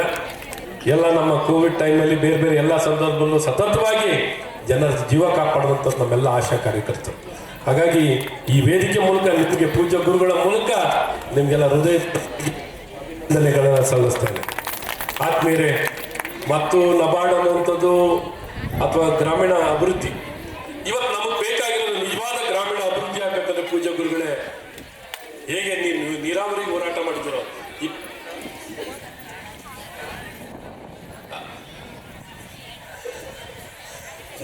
24 ಗಂಟೆ ಕರೆಂಟ್ ಸಿಗ್ತಿರೋ ಗುರುಗಳೇ, ಯಾರು ಯಾವ ಊರಿಗೆ ಹೋಗ್ಬೇಕಾಗಿಲ್ಲ, ನಮ್ಮ ಮನೆಗಳಿಂದ ನಮ್ಮ ಊರಿಂದಲೇ ಇಡೀ ವಿಶ್ವವನ್ನೇ ನಡೆಸುವಂತ ಶಕ್ತಿ ನಮ್ಮ ಕರೆಂಟ್ ಮತ್ತು ಇಂಟರ್ನೆಟ್ ಮತ್ತು ಇಂಟರ್ನೆಟ್ಟಿನ ವೇಗ, ಅತಿ ಹೆಚ್ಚಿನ ವೇಗದ ಇಂಟರ್ನೆಟ್ ಅನ್ನ 24 ಗಂಟೆ ಕರೆಂಟ್ ಇದು ಎಲ್ಲಿ ಸಿಗುತ್ತೋ ಗ್ರಾಮೀಣ ಭಾಗ ಅಲ್ಲಿವರೆಗೂ ನಾವು ಮುಂದೆ ಬರೀಲಿಕ್ಕೆ ಸಾಧ್ಯವಿಲ್ಲ. ಸೊ ಹಾಗಾಗಿ 24 ಗಂಟೆ ಕರೆಂಟ್ ಅನ್ನು ಕೊಡುವಂಥದ್ದು ಬಹಳ ಮುಖ್ಯ ಗುರಿಯಾಗಿರ್ಬೇಕು. ಸರ್ಕಾರಗಳು ಏನಾಗ್ತದೆ, ಫ್ರೀ ಕರೆಂಟ್ ಕೊಡಬೇಕಲ್ಲ ಅನ್ನೋ ಒಂದು ಲೆಕ್ಕ ಹಾಕಿ ಬರೀ 5 ಗಂಟೆ 4 ಗಂಟೆ 3 ಗಂಟೆಗೆ ಸೀಮಿತವಾಗಿರುತ್ತೆ. ಹಾಗಾಗಿ ಎಲ್ಲೋ ಕಡೆ ಇದಕ್ಕೆ ಪರಿಹಾರ ಕಂಡುಹಿಡ್ಕೊಳ್ಳುವಂಥದ್ದಾಗಬೇಕು. ನಮ್ಮ ಸಿರಾ ಅಥವಾ ಇನ್ನ ಎಲ್ಲೇ ಹಿಂದುಳಿದ ಭಾಗಗಳಾಗಿರಲಿ, ಇವತ್ತು ನಾನು ನೋಡಿದೆ ಕೈಗಾರಿಕಾ ವಲಯ ಇವತ್ತು 1,000 ಎಕರೆಯಲ್ಲಿ ಇಂಡಸ್ಟ್ರಿಯಲ್ ಏರಿಯಾ ಇದೆ, ಇನ್ನೂ 1,000 ಎಕರೆ ವಿಸ್ತರಣೆ ಆಗ್ತಿದೆ ಅಂತ ಬಹಳ ಸಂತೋಷ ಆಯಿತು ಗುರುಗಳೇ. ಎಲ್ಲರಿಗೂ ಉದ್ಯೋಗ ಸಿಗುವಂಥದ್ದಾಗಬೇಕು, ಕೈಗಾರಿಕೆನೂ ಬೆಳಿಬೇಕು, ವ್ಯವಸಾಯನೂ ಬೆಳಿಬೇಕು, ಬೇರೆ ಬೇರೆ ಎಲ್ಲ ಕ್ಷೇತ್ರನೂ ಬೆಳಿಬೇಕು. ಯಾಕೆಂದರೆ ಬೆಳೆದಂಥ ಬೆಳೆಯನ್ನು ಕೊಂಡ್ಕೊಳ್ಳೋರು ಬೇಕು, ಕೊಂಡ್ಕೊಳ್ಳೋ ಶಕ್ತಿನೂ ಬರಬೇಕು. ಆ ಶಕ್ತಿನೂ ಮತ್ತು ಆರ್ಥಿಕ ಶಕ್ತಿಗಳು ಹೆಚ್ಚಾಗಿರಬೇಕು. ಎಲ್ಲೋ ಏನು ಹೊಕ್ಕಲೆ ಗುಸ್ತಾರೆ, ಭೂಮಿನ ಕಳ್ಕೊಳ್ತೀವಿ ಅನ್ನೋಂಥದ್ದು ಒಂದು ಭಾಗ ಇದೆ. ಆದರೆ ಇವತ್ತು ಪರಿಹಾರನೂ ಸಿಗ್ತಿದೆ. ಆದರೆ ಕೈಗಾರಿಕೆಗಳು ಎಲ್ಲ ಭಾಗದಲ್ಲೂ ಬೇಕಾಗುವಂಥದ್ದಾಗುತ್ತೆ. ಇವನ್ನೆಲ್ಲವನ್ನು ನೋಡಿದಾಗ ಗ್ರಾಮೀಣ ಅಭಿವೃದ್ಧಿ ನಿಜಕ್ಕೂ ಕಾಣಬೇಕಾದ್ರೆ ನಮಗೆ 24 ಗಂಟೆ ಕರೆಂಟ್ ಬೇಕು. 24 ಗಂಟೆ ಕರೆಂಟ್ ಬರಲಿ ಗುರುಗಳೇ. ಯಾವ ಭಾಗದಲ್ಲಿ ಬರುತ್ತೋ ನೀವು ನೋಡಿ. ಅವತ್ತು ಮನೆಯೂ ಗ್ರಾಮನೂ ಎಂಥ ಅಭಿವೃದ್ಧಿಯನ್ನು ಕಾಣ್ಬೋದು. ಇವತ್ತೆಲ್ಲ ಮನೆಗಳನ್ನ ಬಿಟ್ಟು ನಗರಗಳು ಬೇರೆ ಬೇರೆ ದೇಶಕ್ಕೆಲ್ಲ ಹೊಟ್ಟೋಗ್ತವೆ. ಇವತ್ತು ಅಂತ ಹೋಗುವಂಥ ಪರಿಸ್ಥಿತಿ ನಿರ್ಮಾಣ ಆಗಲ್ಲ. ನಮ್ಮ ತಂದೆ ತಾಯಿಯ ಜೊತೆನೇ ಇದ್ದು ನಮ್ಮೂರಲ್ಲೇ ಇದ್ದು ನಮ್ಮ ಊರನ್ನು ಇಡೀ ದೇಶದಲ್ಲೇ ಎಲ್ಲ ದೇಶಕ್ಕಿಂತನೂ ಎಲ್ಲ ಗ್ರಾಮಕ್ಕಿಂತ ಉತ್ತಮವಾಗಿ ಅಭಿವೃದ್ಧಿಯನ್ನು ಮಾಡಲಿಕ್ಕೆ ಸಾಧ್ಯವಿರುತ್ತೆ ಅನ್ನೋದು ಬರೀ ಕರೆಂಟಿನ ಮೂಲಕ. ಮೂಲಭೂತವಾಗಿ ಕರೆಂಟನ್ನು ಒದಗಿಸುವಂಥದ್ದಾಗಬೇಕು. ಅತಿ ಹೆಚ್ಚಿನ ವೇಗದ ಬ್ರಾಡ್ಬ್ಯಾಂಡನ್ನು ಒದಗಿಸುವಂಥದ್ದಾಗಬೇಕು. ಬ್ರಾಡ್ಬ್ಯಾಂಡ್ ಒಂದು ಚೆನ್ನಾಗಿದ್ದರೆ ಇಲ್ಲಿಂದ ಎಲ್ಲಿ ಬೇಕಾದ್ರೆ ಯಾವ ದೇಶದವ್ರನ್ನೂ ನೀವು ನಡೆಸ್ಬೋದು. ಬೇರೆ ದೇಶದವ್ರು ನಮ್ಮನ್ನು ನಡೆಸ್ತಾರಲ್ಲ, ನಾವು ಆ ದೇಶ ನಡೆಸ್ಬೋದು. ಎಲ್ಲಿ ಶ್ರಮಜೀವಿಗಳಿದ್ದಾರೋ, ಎಲ್ಲಿ ಜ್ಞಾನ ಇದೆಯೋ, ಎಲ್ಲಿ ಕೌಶಲ್ಯತೆ ಇದೆಯೋ, ಎಲ್ಲಿ ತಂತ್ರಜ್ಞಾನ ಇದೆಯೋ, ಎಲ್ಲಿ ಶ್ರಮಜೀವಿಗಳಿದ್ದಾರೋ ಅಲ್ಲೇ ಸಮೃದ್ಧಿ. ಇನ್ನೆಲ್ಲೂ ಸಮೃದ್ಧಿಯನ್ನು ಕಾಣಲಿಕ್ಕೆ ಸಾಧ್ಯವಿಲ್ಲ. ಹಾಗಾಗಿ ಇದನ್ನು ಅರ್ಥ ಮಾಡಿಕೊಂಡು ಪೂಜ್ಯ ಗುರುಗಳು ಇವತ್ತೆಲ್ಲ ಕಡೆನೂ ಸರ್ವಸ್ಪರ್ಶಿಯಾಗಿ ಕ್ರಾಂತಿಯನ್ನು ಮೂಡಿಸಿ ಸಮಾನತೆ, ಸಮಾನ ಅವಕಾಶ, ಸಮಾನ ಶಿಕ್ಷಣವನ್ನು, ಸಮಾನತೆಯನ್ನು ಕೊಡಬೇಕು ಅನ್ನುವಂಥ ಏಕೈಕ ಉದ್ದೇಶದಿಂದ ನಮ್ಮ ಸಂವಿಧಾನದ ಆಶಯಗಳನ್ನು ಪ್ರತಿಯೊಬ್ಬರಿಗೂ ಒದಗಿಸಬೇಕು, ಬದುಕಿ ಬಾಳಲಿಕ್ಕೆ ಪೂರಕವಾಗಿ ಪ್ರಯತ್ನ ಮಾಡ್ತಿರುವಂಥ ಪೂಜ್ಯ ಗುರುಗಳಿಗೆ ಮತ್ತೊಮ್ಮೆ ನನ್ನ ಸಾಷ್ಟಾಂಗ ನಮಸ್ಕಾರಗಳನ್ನು ಸಲ್ಲಿಸಿ ನನ್ನನ್ನು ಈ ಕಾರ್ಯಕ್ರಮಕ್ಕೆ ತಾವೆಲ್ಲ ಬರಮಾಡ್ಕೊಂಡಿದ್ದೀರಾ. ನಿಮಗೆ ನಾನು ಎಷ್ಟು ಕೃತಜ್ಞತೆ ಸಲ್ಲಿಸಲು ಸಾಲಲ್ಲ. ಪೂಜ್ಯ ಗುರುಗಳೇ, ನಿಮ್ಮೆಲ್ಲ ಪ್ರಯತ್ನದ ಜೊತೆ ನಾನು ಇರ್ತೀವಿ, ನಿಮ್ಮ ಜೊತೆ ಕೈ ಜೋಡಿಸ್ತೀವಿ, ಸಮಾಜಮುಖಿಯಾಗಿ ಕೆಲಸವನ್ನು ಮಾಡ್ತೀವಿ, ಸಮಾಜಕ್ಕೆ ಶಕ್ತಿಯನ್ನು ತುಂಬಿ ಇಡೀ ವಿಶ್ವದಲ್ಲೇ ನಮ್ಮ ಪ್ರದೇಶ ಬಹಳ ಸಮೃದ್ಧಿ ಕಂಡಂಥ ಪ್ರದೇಶವಾಗಲಿ ಅಂತ ಬಯಸುತ್ತಾ ನನ್ನ ಮಾತಿಗೆ ವಿರಾಮವನ್ನು ಕೊಡ್ತೀನಿ. ನಮಸ್ಕಾರ. ಭಾರತ್ ಮಾತಾ ಕಿ ಜೈ.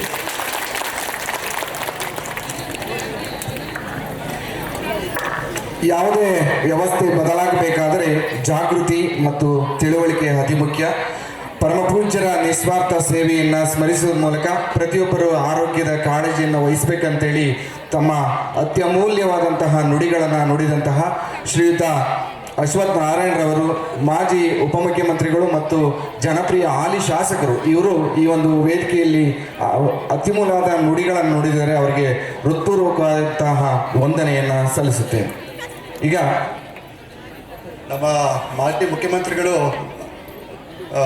ಅಶ್ವಥ್ ನಾರಾಯಣ್ ಸಾಹೇಬರು ಉನ್ನತ ಶಿಕ್ಷಣ ಸಚಿವರಾಗಿದ್ದಂಥ ಸಂದರ್ಭದಲ್ಲಿ ನಮ್ಮ ಸಿರಾ ಪಾಲಿಟೆಕ್ನಿಕ್ ಕಾಲೇಜ್ ಆ ಒಂದು ಸಂದರ್ಭದಲ್ಲಿ ಕೇವಲ ಮೆಕ್ಯಾನಿಕಲ್, ಎಲೆಕ್ಟ್ರಿಕಲ್ ಮತ್ತು ಸಿವಿಲ್ ಇಂಜಿನಿಯರಿಂಗು ಕೋರ್ಸ್ಗಳು ಮಾತ್ರ ಇದ್ದಂತಕ್ಕಂಥ ಒಂದು ಸಂದರ್ಭ.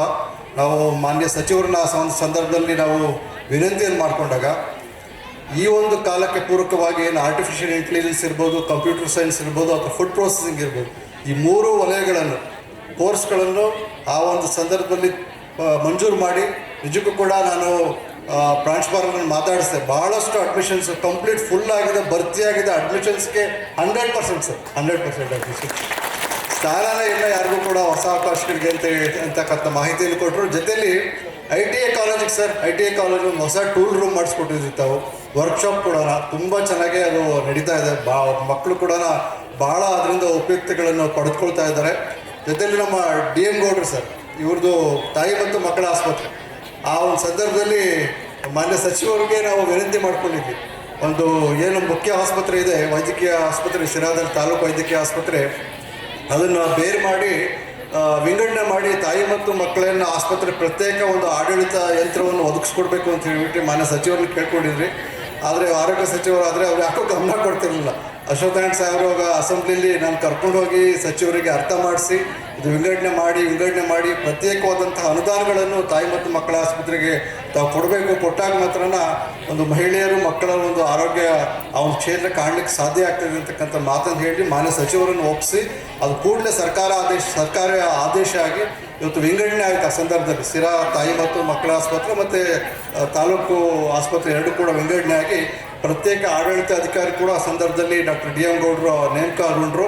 ಇದೇ ಒಂದು ಮಾನದಂಡ ಇಟ್ಕೊಂಡು ಸಿರಾದಲ್ಲಿ ಏನು ಒಂದು ಆ ಸಂದರ್ಭದಲ್ಲಿ ಒಂದು ನಮ್ಮ ಮಾನ್ಯ ಅಶ್ವಥ್ ನಾರಾಯಣ್ ಸಾಹೇಬರು ನಮಗೆಲ್ಲರೂ ಕೂಡ ಅನುಕೂಲಗಳನ್ನು ಮಾಡಿಕೊಟ್ರು. ಆ ಒಂದು ಮಾನದಂಡ ಇಟ್ಕೊಂಡು ಇಡೀ ರಾಜ್ಯದಲ್ಲೇ ತಾಯಿ ಮತ್ತು ಮಕ್ಕಳ ಆಸ್ಪತ್ರೆ ಮತ್ತು ತಾಲೂಕು ಆಸ್ಪತ್ರೆ ಎರಡೂ ಕೂಡ ಇದೇ ಒಂದು ಮಾನದಂಡದ ಮೇಲೆ ವಿಂಗಡಣೆ ಮಾಡಿ ಪ್ರತ್ಯೇಕ ವೈದ್ಯಾಧಿಕಾರಿಗೆ ಜೊತೆಲಿ ಪ್ರತ್ಯೇಕ ಸಿಬ್ಬಂದಿ ವರ್ಗ ಎಲ್ಲವನ್ನು ಕೊಟ್ಟು ಇವತ್ತು ಭಾಳ ಒಂದು ಉತ್ತಮ ಪರಿಸ್ಥಿತಿಯಲ್ಲಿ ಇವತ್ತು ಆಸ್ಪತ್ರೆ ಕಾರ್ಯನಿರ್ವಹಣೆ ಮಾಡ್ತಾ ಇದೆ ಅಂತಕ್ಕಂಥ ಮಾತನ್ನು ಈ ಸಂದರ್ಭದಲ್ಲಿ ತಾವೆಲ್ಲರಿಗೂ ಕೂಡ ನಾನು ತಿಳಿಸ್ಕೊಡ್ಬೇಕಾಗಿದೆ. ಇವತ್ತು ಅಶ್ವಥ್ ನಾರಾಯಣ್ ಸಾಹೇಬ್ರಿಗೆ ನಿಜಕ್ಕೂ ಕೂಡ ನಾವೆಲ್ಲರೂ ಕೂಡ ಕೃತಜ್ಞತೆಗಳನ್ನು ಹೇಳಲು ಬಯಸ್ತೀನಿ.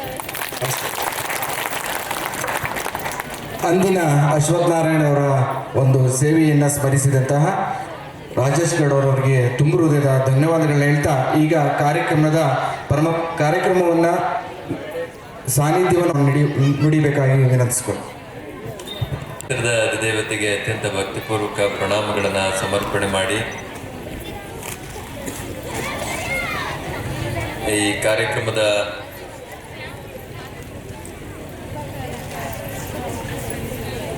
ಉದ್ಘಾಟನೆಯನ್ನು ನೆರವೇರಿಸಿಕೊಟ್ಟು ಇದೊಂದು ಸಣ್ಣ ಕಾರ್ಯಕ್ರಮ, ನಾವು ನಾಳೆ ಬರಬೇಕು ಹಾಗೆ ಅಂತ ಕೇಳಿದ್ವಿ. ಇಲ್ಲ, ನಾಳೆ ಇನ್ನೊಂದು ಕಾರ್ಯಕ್ರಮ ಇರೋದ್ರಿಂದ ನಾನು ಇವತ್ತೇ ಬಂದು ಹೋಗ್ತೀನಿ ಹಾಗೆ ಅಂತೇಳಿ ನಮ್ಮ ಡಾಕ್ಟರ್ ಸಾಹೇಬರು ಇವತ್ತೇ ಆಗಮಿಸಿದ್ರು. ಕಾರ್ಯಕ್ರಮದ ಉದ್ಘಾಟನೆಯನ್ನು ಮಾಡಿ ಭಾಳ ಅರ್ಥಪೂರ್ಣ ಮಾತುಗಳನ್ನು ತಮ್ಮಗಳ ಜೊತೆ ಹಂಚಿಕೊಂಡಿರುವಂಥ ನಮ್ಮ ನಾಡು ಕಂಡಂಥ ಒಬ್ಬ ಪ್ರಗತಿಪರ ರಾಜಕೀಯ ಮುತ್ಸದ್ದಿ, ಮಾಜಿ ಉಪಮುಖ್ಯಮಂತ್ರಿಗಳು, ಶಾಸಕರು ಮತ್ತು ಕೇವಲ ತಾವು ಶಾಸಕರಾಗಿರುವಂಥ ಕ್ಷೇತ್ರಕ್ಕಷ್ಟೇ ಸೀಮಿತವಾಗಿದೆ. ಇಡೀ ನಾಡಿನಲ್ಲಿ ಸೂಕ್ಷ್ಮ ಸಮಸ್ಯೆಗಳನ್ನು ಮನಗಂಡು ಅದಕ್ಕೊಂದು ಶಾಶ್ವತ ಪರಿಹಾರಗಳನ್ನು ಕಂಡುಹಿಡಿಬೇಕಾಗಿ ಅಂತೇಳಿ ಬಹಳ ದೊಡ್ಡ ಮಟ್ಟದ ಪ್ರಯತ್ನಗಳನ್ನು ಪ್ರಾಮಾಣಿಕವಾಗಿ ಮಾಡುವಂಥ ಮನಸ್ಸುಳ್ಳಂಥ ನಾಯಕರು ಆಗಿರುವಂಥ ಸನ್ಮಾನ್ಯ ಶ್ರೀ ಡಾಕ್ಟರ್ ಅಶ್ವಥ್ ನಾರಾಯಣರವರೇ, ಇನ್ನೋರ್ವ ಯುವ ಮುತ್ಸದ್ದಿಗಳು, ನಮ್ಮ ಕ್ಷೇತ್ರದ ಮಾಜಿ ಶಾಸಕರು, ಜನಪ್ರಿಯ ನಾಯಕರು ಆಗಿರುವಂಥ ಡಾಕ್ಟರ್ ರಾಜೇಶ್ ಗೌಡ್ರೆ, ಅತ್ಯಂತ ಉತ್ಸಾಹಿ ಮುಖಂಡರು, ಸಮಾಜದ ಬಗ್ಗೆ ಕಳಕಳಿಯನ್ನು ಇಟ್ಕೊಂಡು ಎಲ್ಲ ಕಡೆಯೂ ಕೂಡ ಸೇವೆ ಸಲ್ಲಿಸುವಂಥ ಭಾವನೆಯನ್ನು ಬೆಳೆಸ್ಕೊಂಡಿರುವಂಥ ನಮ್ಮ ಮುಖಂಡರು, ಹೋರಾಟಗಾರರು ಆಗಿರುವಂಥ ಸನ್ಮಾನ್ಯ ಶ್ರೀ ಅಂಜನ್ಮೂರ್ತಿರವರು, ಡಾಕ್ಟರ್ DM ಗೌಡರವರು ಅಂತೇಳಿದ್ರೆ ಎಲ್ಲರಿಗೂ ಗೊತ್ತು. ಅವರು ಅತ್ಯಂತ ಜನಾಂತರಾಗಿ ವೈದ್ಯರು, ಯಾವಾಗಲೂ ಜನಗಳ ಜೊತೆ ಇರುವಂಥವರು. ಅದರಲ್ಲೂ ಬಡವರು, ನೊಂದತ್ತವರು ಬಂದರೆ ಅವರಿಗೆ ಅತ್ಯಂತ ಪ್ರಾಮಾಣಿಕವಾಗಿ ಸೇವೆ ಸಲ್ಲಿಸುವಂಥ ವ್ಯಕ್ತಿ ಡಾಕ್ಟರ್ DM ಗೌಡರವರು. ಇದೆಲ್ಲ ನಮ್ಮ ಆರೋಗ್ಯ ಇಲಾಖೆಯ ಮುಖ್ಯಸ್ಥರೇ, ಗೌರವನೀಯ ಶ್ರದ್ಧೆಯ ತಾಯಂದಿರೇ, ಪ್ರೀತಿಯ ಮಕ್ಕಳೇ, ಆಸ್ತಿಕ ಭಾಷೆ. ಈಗಾಗಲೇ ಇಲ್ಲಿಂದ ಬೀದರ್ಗೆ ಹೋಗಿ, ಬೀದರಿಂದ ಮತ್ತೆ ಹೈದ್ರಾಬಾದಿಗೆ ಬಂದು, ಹೈದ್ರಾಬಾದಿಂದ ಬೆಂಗಳೂರಿಗೆ ಬರಬೇಕು ಡಾಕ್ಟ್ರು. ಆದರೂ ಕೂಡ ಸಮಾಧಾನವಾಗಿ ಅವರು ಕುಳಿತಿದ್ದಾರೆ. ಅದರಿಂದ ನಾನು ಹೆಚ್ಚು ಮಾತುಗಳನ್ನು ಆಡಲಿಕ್ಕೆ ಹೋಗೋದಿಲ್ಲ.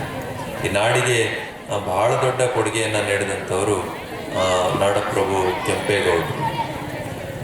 ಅಂಥವರ ಒಂದು ಪುತ್ಥಳಿ ಬಹಳ ದೊಡ್ಡದು, ಮುಗಿಲೆತ್ತರದ ಪುತ್ಥಳಿ ಆಗಬೇಕು ಹಾಗೆ ಅಂತೇಳಿ ನಮ್ಮದು ಸರ್ಕಾರಕ್ಕೆ ಬೇಡಿಕೆ ಇತ್ತು. ಎಲ್ಲಿ ಮಾಡಬೇಕು ಏನು ಹಾಗೆ ಅಂತೇಳಿ ಯೋಚನೆ ಮಾಡಿದಾಗ ಡಾಕ್ಟ್ರು ಈ ಊರನ್ನ ಕಟ್ಟಿದವರು ಕೆಂಪೇಗೌಡರು, ಅದರಿಂದ ಏರ್ಪೋರ್ಟ್ಗೂ ಅವ್ರ ಹೆಸರನ್ನ ಇಟ್ಟಿದ್ದೀವಿ. ಅಲ್ಲೇ ಆ ಪುತ್ಥಳಿ ಕೂಡ ಆಗಬೇಕು. ಅಂತಾರಾಷ್ಟ್ರೀಯ ಮಟ್ಟದಲ್ಲಿ ಓಡಾಡುವಂಥ ಪ್ರವಾಸಿಗರು ಕೆಂಪೇಗೌಡರನ್ನು ನೋಡಿಕೊಂಡು ಓಡಾಡಬೇಕು ಹಾಗೆ ಅಂತೇಳಿ ಕೇಂದ್ರದ ಜೊತೆಯಲ್ಲಿ ವ್ಯವಹರಿಸಿ, ಬಹಳ ಸೂಕ್ಷ್ಮ, ಅವೆಲ್ಲ ಪರ್ಮಿಷನ್ಗಳು ಸಿಗೋಂಥದ್ದು ಬಹಳ ಕಷ್ಟ. ಎಲ್ಲ ಪರ್ಮಿಷನ್ಗಳನ್ನ, ನೋ ಅಬ್ಜೆಕ್ಷನ್ಗಳು, ಎನ್ವೈಸ್ಗಳನ್ನ ತಂದು ಇವತ್ತು 120ಕ್ಕೂ ಹೆಚ್ಚು ಅಡಿ ದೊಡ್ಡದಾದ ಬೃಹತ್ತಾದ ಕೆಂಪೇಗೌಡರ ಪುತ್ಥಳಿಯನ್ನು ಇವತ್ತು ಕೆಂಪೇಗೌಡ ಅಂತಾರಾಷ್ಟ್ರೀಯ ವಿಮಾನ ನಿಲ್ದಾಣದಲ್ಲಿ ಸ್ಥಾಪನೆ ಮಾಡಿದ್ದಾರೆ. ಆ ಸ್ಥಾಪನೆ ಮಾಡಿದ್ದಷ್ಟೇ ಅಲ್ಲ, ಅದಕ್ಕೆ ಒಳ್ಳೆಯ ಹೆಸರನ್ನು ಕೂಡ ಕೊಟ್ಟಿದ್ದಾರೆ, ಪ್ರಗತಿಯ ಪ್ರತಿಮೆ ಹಾಗೆ. ಆ ರೀತಿಯ ಒಂದು ದೂರದ ದೃಷ್ಟಿಯುಳ್ಳಂಥ ನಾಯಕರು ಇವತ್ತು ನಮಗೆ ಅವಶ್ಯಕತೆ ಇದ್ದಾರೆ. ನಾನು ಅವ್ರ ಹತ್ರ ಮಾತಾಡಬೇಕಾದ್ರೆ ಕೇಳ್ತಾ ಇದ್ದೆ, ನೀವೇನು ವೈಯಕ್ತಿಕವಾಗಿ ನಿಮ್ಮ ನಾಯಕತ್ವ ಬೆಳೆಸ್ಕೊಳ್ಲಿಕ್ಕೆ ಪ್ರಯತ್ನ ಮಾಡಲ್ವಲ್ಲ, ಏನು ಕಾರಣ ಹಾಗೆ ಅಂತ. ಅವರು ಇಷ್ಟು ಚೆನ್ನಾಗಿ ಹೇಳಿದ್ರು, ಸ್ವಾಮೀಜಿ, ನಾನು ಒಬ್ಬ MLA ಆಗಿ ನಾನು ಶ್ರೀಮಂತ ಆದರೆ ಅದು ನನಗಷ್ಟೇ ಉಪಯೋಗ ಆಗ್ತದೆ, ಅದನ್ನು ಮಾಡಲಿಕ್ಕೆ ನಾನು ರಾಜಕಾರಣಕ್ಕೇ ಬರೋದು ಬೇಕಿಲ್ಲ. ಅದರ ನನ್ನ ವೈಯಕ್ತಿಕ ಜೀವನದಲ್ಲಿ ನನ್ನ ದುಡಿಮೆಯಲ್ಲಿ ನಾನು ಭಾಳ ಸುಖವಾಗಿ ನೆಮ್ಮದಿಯಾಗಿರ್ಬೋದು ಹಾಗೆ. ಆದರೆ ಇಲ್ಲಿಗೆ ಬಂದಂಥ ಉದ್ದೇಶ ಏನು? ನಮ್ಮ ಜನಗಳ ಜೀವನವನ್ನು ಸುಧಾರಿಸಲಿಕ್ಕೆ ನಾವೇನಾದರೂ ಯೋಜನೆಗಳನ್ನು ಕೊಡಬೇಕು. ಆ ರೀತಿಯ ದೃಷ್ಟಿಕೋನ ನಾವು ಇಟ್ಕೊಳ್ಳಿಲ್ಲ ಹಾಗೆ ಅಂತೇಳಿದ್ರೆ ರಾಜಕಾರಣಕ್ಕೆ ಯಾಕೆ ಬರಬೇಕು? ಇವತ್ತಿನ ರಾಜಕಾರಣದ ಪರಿಸ್ಥಿತಿಯನ್ನು ನೋಡಿದಾಗ ನಮಗೆಲ್ಲರೂ ಕೂಡ ಭಾಳ ಆಘಾತ ಅನ್ನಿಸ್ತದೆ. ಈ ರೀತಿಯ ಚಿಂತನೆ ಉಳ್ಳಂಥ ನಾಯಕರು ಕೂಡ ನಮ್ಮ ಮಧ್ಯೆ ಇದ್ದಾರಲ್ಲ ಹಾಗೆ. ಈ ವಾಜಪೇಯಿ ಅವರೆಲ್ಲ ಆ ಥರದ ಚಿಂತನೆಯನ್ನು, ಧಾರ್ಷ್ಟ್ಯವನ್ನು ಇಟ್ಕೊಂಡಂಥವ್ರು, ಅತ್ಯಂತ ಪ್ರಾಮಾಣಿಕ ವ್ಯಕ್ತಿತ್ವವನ್ನು ಉಳ್ಳಂಥ ವ್ಯಕ್ತಿ ವಾಜಪೇಯಿರವರು.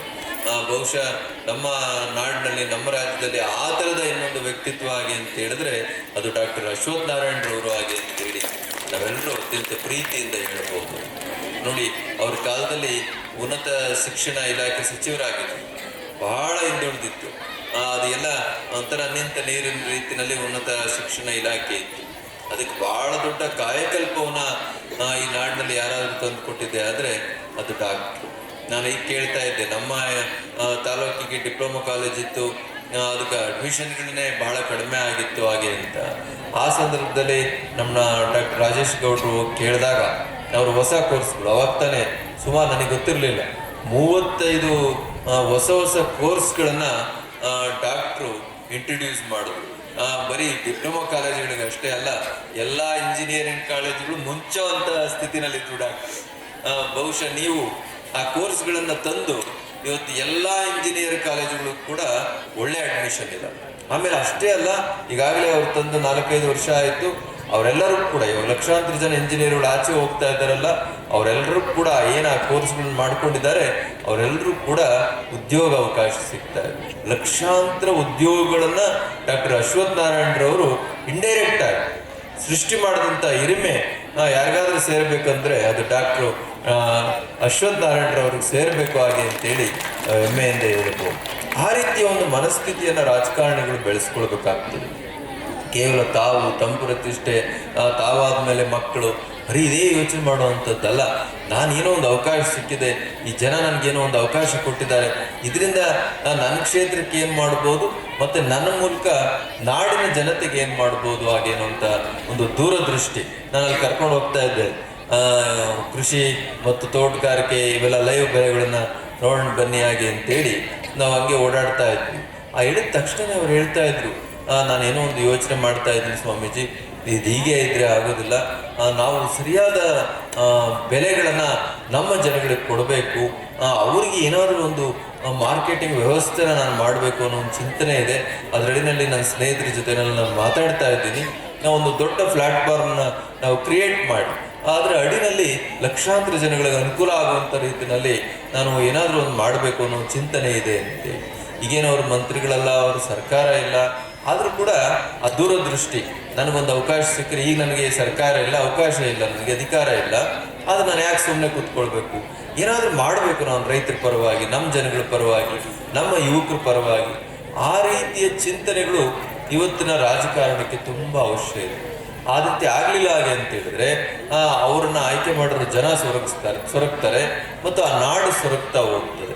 ಆ ಥರದ ಒಂದು ನಾಯಕತ್ವ, ಒಂದು ವಿಷನ್ ಮತ್ತು ವಿಷನರಿ ಇರುವಂಥ ಒಂದು ನಾಯಕತ್ವ ಇವತ್ತಿನ ಕಾಲಮಾನಕ್ಕೆ ಅವಶ್ಯವಾಗಿದೆ. ಆ ನಿಟ್ಟಿನಲ್ಲಿ ನಾವು ಯೋಚನೆ ಮಾಡಬೇಕಾಗ್ತದೆ. ಇವತ್ತೆಲ್ಲ ಭಾರತ ದೇಶವನ್ನು ನಾವು ಬೇರೆ ಕಡೆ ಹೋದಾಗ ನೋಡುವಂಥ ರೀತಿನೇ ಬೇರೆ ಆಗಿತ್ತು. ಆದರೆ ಇವತ್ತು ನಾವು ಈ ದೇಶದಿಂದ ಆಚೆ ಕಡೆ ಹೋದರೆ ನೋಡುವಂಥ ರೀತಿ ಬೇರೆ ಆಗಿದೆ. ಅಂದರೆ ಒಬ್ಬ ನಾಯಕ ನಿಸ್ವಾರ್ಥವಾಗಿ ಪ್ರಾಮಾಣಿಕವಾಗಿ ಸೇವೆ ಮಾಡಿದ್ದೇ ಆದರೆ ಒಂದು ರಾಷ್ಟ್ರವನ್ನು ಯಾವ ರೀತಿ ಬಿಂಬಿಸ್ಬೋದು. ನಮ್ಗೆ ಭಾಳ ದೊಡ್ಡ ಪ್ರಜಾಪ್ರಭುತ್ವ ವ್ಯವಸ್ಥೆ ಇರುವಂಥ ರಾಷ್ಟ್ರ. ಹಾಗಾಗಿ ಈ ನಾಯಕತ್ವವನ್ನು ನಾವು ಗಟ್ಟಿಗೊಳಿಸಬೇಕು. ಆ ನಾಯಕರಾಗಿರುವಂಥವ್ರಿಗೆ ಹೃದಯ ವೈಶಾಲ್ಯತೆ ಬರಬೇಕು ಅನ್ನುವಂಥ ಭಾವನೆಯನ್ನು ಈ ಸಂದರ್ಭದಲ್ಲಿ ವ್ಯಕ್ತಪಡಿಸ್ತಾ, ಅದಕ್ಕೆ ಅನ್ವರ್ಥವಾಗಿ ನಮ್ಮ ಡಾಕ್ಟರ್ ಅಶ್ವಥ್ ನಾರಾಯಣರವರು ಇವತ್ತು ಎಲ್ಲೋ ಒಂದು ಕಡೆ ಒಂದು ದೊಡ್ಡ ಭರವಸೆಯಾಗಿ ನಾಡಿನಲ್ಲಿ ಹೊರಹೊಮ್ತಾ ಇದ್ದಾರೆ. ಬಹುಶಃ ಅವರಿಗೆ ಯಾವ ಅಧಿಕಾರ, ಯಾವ ಅವಕಾಶ ಸಿಕ್ಕರೂ ಕೂಡ ಅಂಥದ್ದೇ ಒಂದು ಮನಸ್ಥಿತಿಯನ್ನು, ಸಮಚಿತ್ತವನ್ನು ಇಟ್ಕೊಂಡು ಜನಗಳ ಪರವಾಗಿ ಯೋಚನೆ ಮಾಡುವಂಥ ಕೆಲಸವನ್ನು ಮಾಡ್ತಾರೆ. ಬಹುಶಃ ಕೆಂಪೇಗೌಡರ ಬಗ್ಗೆ ಈ ನಾಡಿನಲ್ಲಿ ಯಾರು ಕೂಡ, ಯಾಕಂದರೆ ಈ ಕೆಂಪೇಗೌಡರ ಋಣದಲ್ಲಿ ನಾವೆಲ್ಲ ಇರೋವಂಥವ್ರು. ಈ ತಾಲೂಕು ಕೂಡ ಕೆಂಪೇಗೌಡರ ಆಳ್ವಿಕೆಗೆ ಸೇರಿತ್ತು, ಅನಂತಪುರ ಜಿಲ್ಲೆ ಕೂಡ ಕೆಂಪೇಗೌಡರ ಆಳ್ವಿಕೆಗೆ ಸೇರಿತ್ತು, ಚಿತ್ತೂರು, ಕೃಷ್ಣಗಿರಿ ಇವೆಲ್ಲವೂ ಕೆಂಪೇಗೌಡರ ಆಳ್ವಿಕೆಗೆ ಸೇರಿತ್ತು. ನಾವು ಕೆಂಪೇಗೌಡರನ್ನ ಕೇವಲ ಬೆಂಗಳೂರಿಗೆ ಅಷ್ಟೇ ಸೀಮಿತವಾಗಿ ನೋಡ್ತೀವಿ, ಆದರೆ ಅವರ ಆಳ್ವಿಕೆ ಕೇರಳದ ಗಡಿಭಾಗಗಳು ಇತ್ತು, ಇತಿಹಾಸ ಅದರಲ್ಲಿ ಹೇಳ್ತದೆ. ಆ ಕೆಂಪೇಗೌಡರನ್ನ ಯಾರು ಕೂಡ ಅವ್ರ ಸೇವೆಯನ್ನು ಸ್ಮರಿಸಿ ಅವರಿಗೆ ಗೌರವ ಕೊಡುವಂಥ ಕೆಲಸವನ್ನು ಮಾಡಿರಲಿಲ್ಲ. ನಮಗೆ ಭಾಳ ಸಂತೋಷ. ಅವ್ರ ಸಮಾಧಿ ನಾವು ಗುರುತಿಸಿ ಹೋರಾಟ ಮಾಡಿದ್ದು ಸುಮ್ಮನೆ ಆಗಿಬಿಟ್ಟಿತ್ತು. ಅದಕ್ಕೊಂದು ದೊಡ್ಡ ಡಿಸೈನ್ ಮಾಡಿ, ಅದಕ್ಕೊಂದು ದೊಡ್ಡ ಕಾಯಕಲ್ಪ ಮಾಡಿ, ಅಲ್ಲಿ ಜಮೀನ ಅಕ್ವಿಜೇಷನ್ ಮಾಡಿ ಅದನ್ನು ಕೆಲಸ ಪ್ರಾರಂಭ ಮಾಡಬೇಕು ಅಷ್ಟೊತ್ತಿಗೆ ಅವರು ಅಧಿಕಾರದಿಂದ ಇಳಿದ್ರು. ಹಾಗೆ ಆಮೇಲೆ ಬೆಂಗಳೂರು ಅಂತೇಳಿ ಬಹಳ ದೊಡ್ಡ ವಿಷನ್ ಅದು. ಅದೇನಾದರೂ ನಿಮ್ಮ ಕನಸಿನ ರೀತಿ ಏನಾದರೂ ಆಗಿದ್ರೆ ಬಹುಶಃ ದೇಶ ಮತ್ತು ಅಂತಾರಾಷ್ಟ್ರೀಯ ಮಟ್ಟದಲ್ಲಿ ಬೆಂಗಳೂರು ಹಬ್ಬ ಸದ್ದು ಮಾಡ್ತಾ ಇತ್ತು. ಅದು ಮುಂದಿನ ದಿನಗಳಲ್ಲಿ ಅವರ ನೇತೃತ್ವದಲ್ಲಿ ಆಗಲಿ ಹಾಗೆ ಅಂತೇಳಿ. ಯಾಕಂದರೆ ನಮಗೆ ನಮ್ಮ ಬದುಕನ್ನು ಹಸನುಗೊಳಿಸಿದಂಥ ಭಾಳ ದೊಡ್ಡ ಅವಕಾಶಗಳನ್ನು ನಮಗೆ ಮಾಡಿಕೊಟ್ಟಂಥ ಏನು ಮಹನೀಯರಿದ್ದಾರೆ, ಅದು ಕೆಂಪೇಗೌಡರು ಇರ್ಬೋದು, ನಾಲ್ವಡಿ ಕೃಷ್ಣರಾಜ ಒಡೆಯರ್ ಇರ್ಬೋದು, ಇವರೆಲ್ಲರನ್ನೂ ಕೂಡ ನಾವು ಸ್ಮರಣೆ ಮಾಡಲಿಲ್ಲ ಹಾಗೆ ಅಂತ ಹೇಳಿದ್ರೆ ಕೃತಜ್ಞರಾಗಿಬಿಡ್ತೇವೆ. ಅಂಥ ಕೆಲಸವನ್ನು ನಮ್ಮ ಡಾಕ್ಟರ್ ಅಶ್ವಥ್ ನಾರಾಯಣರವರು ಮಾಡಿದ್ರು.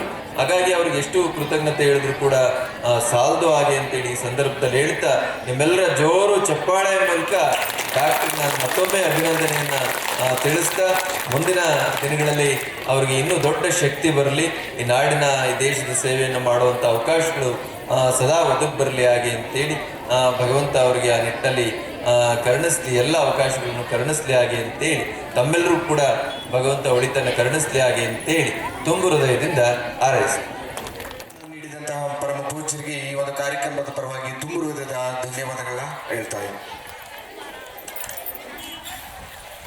ಹಾಗೆ ಇವರಿರುವಂಥದ್ದು ಡಾಕ್ಟರ್ DM ಗೌಡರವರು, ತಾಯಿ ಮಕ್ಕಳ ಆಸ್ಪತ್ರೆ ಶಿರಾ. ಇವರು ಸಂಪನ್ಮೂಲ ವ್ಯಕ್ತಿಗಳಾಗಿ ಒಂದು ಕಾರ್ಯಕ್ರಮದಲ್ಲಿ ಆಸೀನರಾಗಿದ್ದಾರೆ. ಅವರು ಈ ಒಂದು ಕಾರ್ಯಕ್ರಮವನ್ನು ಮುಂದುವರಿಸಬೇಕು. ಹಾಗೆ ಈ ಒಂದು ಕಾರ್ಯಕ್ರಮವನ್ನು ಮುಗಿಸಿ ಈ ವೇದಿಕೆಯಿಂದ ನಿರ್ಗಮಿಸುವಂತಹ ಡಾಕ್ಟರ್ ಅಶ್ವಥ್ ನಾರಾಯಣರವರು, ಮಾಜಿ ಉಪಮುಖ್ಯಮಂತ್ರಿಗಳು, ಈ ಒಂದು ಕಾರ್ಯಕ್ರಮವನ್ನು ಉದ್ಘಾಟಿಸಿ ನುಡಿಗಳನ್ನು ನುಡಿದಂತಹ ಅವರಿಗೆ ಈ ಒಂದು ಕಾರ್ಯಕ್ರಮದ ಪರವಾಗಿ, ಈ ಒಂದು ವೇದಿಕೆ ಪರವಾಗಿ, ಶ್ರೀಮಠ ಪರವಾಗಿ ತುಂಬು ಹೃದಯದ ಧನ್ಯವಾದಗಳನ್ನ ಹೇಳ್ತಾ, ಹಾಗೆ ಈ ಒಂದು ಕಾರ್ಯಕ್ರಮದಲ್ಲಿ ಆಸೀನರಾಗಿರುವಂತಹ ಎಲ್ಲ ವೇದಿಕೆ ಮೇಲಿರುವಂತಹ ಎಲ್ಲ ಗಣ್ಯ ವ್ಯಕ್ತಿಗಳಿಗೆ ಈ ಒಂದು ಕಾರ್ಯಕ್ರಮವಾಗಿ ವಂದನೆಯನ್ನ ಸಲ್ಲಿಸುತ್ತೆ. ಈಗ ಡಾಕ್ಟರ್ DM ಗೌಡರವರು ಈ ಒಂದು ಕಾರ್ಯಕ್ರಮದ ಸಂಪನ್ಮೂಲ ವ್ಯಕ್ತಿಗಳಾಗಿ ಬಂದಿದ್ದಾರೆ. ಈಗ ಆರೋಗ್ಯದ ಒಂದು ಕುರಿತು ಚರ್ಚೆಯನ್ನು ಮಾಡಬೇಕಾಗಿ ಅವರಲ್ಲಿ ವಿನಂತಿಸಿಕೊಳ್ಳಿ.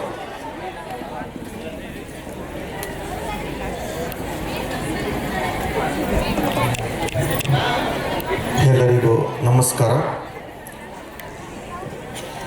ಈ ಒಂದು ಕಾರ್ಯಕ್ರಮದ ಉದ್ಘಾಟನೆಯನ್ನು ಮಾಡಿದಂತಹ ಕರ್ನಾಟಕ ರಾಜ್ಯದ ಮಾಜಿ ಉಪಮುಖ್ಯಮಂತ್ರಿಗಳು ಹಾಗೂ ಮಲ್ಲೇಶ್ವರಂ ಕ್ಷೇತ್ರದ ಶಾಸಕರು ಆದಂತಹ ಡಾಕ್ಟರ್ ಅಶ್ವಥ್ ನಾರಾಯಣ ಸಾಹೇಬರಿಗೆ ವಂದಿಸ್ತಾ, ಮತ್ತು ಈ ಒಂದು ಕಾರ್ಯಕ್ರಮದ ಮುಖ್ಯ ಅತಿಥಿಗಳಾಗಿ ಆಗಮಿಸಿರ್ತಕ್ಕಂತಹ ಈ ಭಾಗದ ಜನಪ್ರಿಯ ಮುಖಂಡರು, ಮಾಜಿ ಶಾಸಕರು ಆದಂತಹ ಡಾಕ್ಟರ್ CM ರಾಜೇಶ್ ಗೌಡ ಸಾಹೇಬರಿಗೆ ವಂದಿಸ್ತಾ, ಮತ್ತು ಈ ಒಂದು ಕಾರ್ಯಕ್ರಮದಲ್ಲಿ ವೇದಿಕೆಯ ಮೇಲೆ ಆಸೀನರಾಗಿರ್ತಕ್ಕಂತಹ ಎಲ್ಲ ಚುನಾಯಿತ ಜನಪ್ರತಿನಿಧಿಗಳು, ಅತಿಥಿ ಗಣ್ಯರು, ಮುಖಂಡರು ಮತ್ತು ಈ ಒಂದು ಕಾರ್ಯಕ್ರಮಕ್ಕೆ ಆಗಮಿಸಿರತಕ್ಕಂತಹ ಈ ಒಂದು ಎಲ್ಲ ವಿದ್ಯಾರ್ಥಿನಿಯರೇ, ಆಶಾ ಕಾರ್ಯಕರ್ತರೇ, ಸಾರ್ವಜನಿಕ ಬಂಧುಗಳೇ ಮತ್ತು ವಿವಿಧ ಇಲಾಖೆಯ ಎಲ್ಲ ಸಿಬ್ಬಂದಿ ವರ್ಗದವರೇ ಮತ್ತು ರೈತ ಬಾಂಧವರೇ,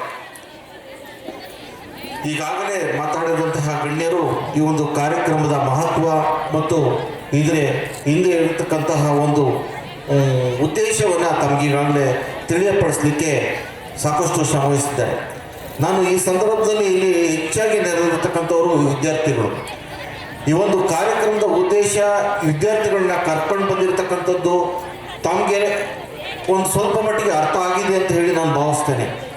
ಯಾಕೆಂದರೆ ನಿಮ್ಮನ್ನು ಸುಮ್ಮನೆ ಬಂದು ಇಲ್ಲಿ ಕರ್ಕೊಂಬಂದು ಬನ್ನಿ ಕೂತ್ಕೊಳ್ಳಿ ಅಂತ ಹೇಳಿ ಕುಂಡಿಸಿಲ್ಲ, ಇಲ್ಲಿ ಕುರ್ಚಿಗಳನ್ನ ತುಂಬಿಸ್ಲಿಕ್ಕೆ ಕುಂಡಿಸಿಲ್ಲ. ಇದರ ಹಿಂದೆ ಒಂದು ಬಹಳವಾದಂಥ ಸದುದ್ದೇಶ ಇದೆ, ಪರಿಶ್ರಮ ಇದೆ. ತಾವು ಅರ್ಥ ಮಾಡ್ಕೊಳ್ಬೇಕು ವಿದ್ಯಾರ್ಥಿ ಮಿತ್ರರು, ಇಂದಿನ ವಿದ್ಯಾರ್ಥಿಗಳೇ ಮುಂದಿನ ಪ್ರಜೆಗಳು. ಈ ದೇಶವನ್ನು ಕಟ್ಟಿ ಬೆಳೆಸಿ ಮುನ್ನಡೆಸ್ತಕ್ಕಂತಹವರು ಇಂದಿನ ವಿದ್ಯಾರ್ಥಿಗಳು. ಮುಂದಿನ ದಿನಮಾನಗಳಲ್ಲಿ ಈ ದೇಶವನ್ನು ಮುನ್ನಡೆಸಬೇಕಾದಂತಹ ಒಂದು ಗುರುತರವಾದಂಥ ಜವಾಬ್ದಾರಿ, ಸಮಾಜವನ್ನು ಸದೃಢವಾಗಿ ಬೆಳೆಸಬೇಕಾದಂತಹದ್ದು ಜವಾಬ್ದಾರಿ, ಸಮಾಜವನ್ನು ಆರೋಗ್ಯಪೂರ್ಣವಾಗಿ ನಿರ್ಮಾಣ ಮಾಡಬೇಕಾದಂತಹ ಜವಾಬ್ದಾರಿ ವಿದ್ಯಾರ್ಥಿಗಳ ಮೇಲಿದೆ. ಇಂತಹ ವಿದ್ಯಾರ್ಥಿಗಳಿಗೆ ಅನುಕೂಲವಾಗಲಿ, ವಿದ್ಯಾರ್ಥಿಗಳಿಗೆ ಒಳ್ಳೆಯ ವಿಚಾರಗಳನ್ನು ಅವರು ತಿಳ್ಕೊಳ್ಳಿ, ಈ ಒಂದು ಜನಸಾಮಾನ್ಯರ ಒಂದು ದುಃಖ ದುಮ್ಮಾನಗಳಿಗೆ, ಕಷ್ಟ ಕಾರ್ಪಣ್ಯಗಳಿಗೆ ಪರಿಹಾರವನ್ನು ಒದಗಿಸ್ತಕ್ಕಂಥ ಒಂದು ತಿಳುವಳಿಕೆ ಅವರಿಗೆ ಮೂಡಿ ಬರಲಿ ಅಂತ ಕಾರಣದಿಂದಾಗಿ ಈ ಒಂದು ಜಾತ್ರೆಯ ಅಂಗವಾಗಿ ಕೃಷಿ ಮತ್ತು ಕೈಗಾರಿಕಾ ವಸ್ತು ಪ್ರದರ್ಶನವನ್ನು ನಿರಂತರವಾಗಿ 22 ವರ್ಷಗಳ ಕಾಲ ನಡೆಸ್ಕೊಂಡು ಬರ್ತಾ ಇದೆ ಶ್ರೀಮಠ.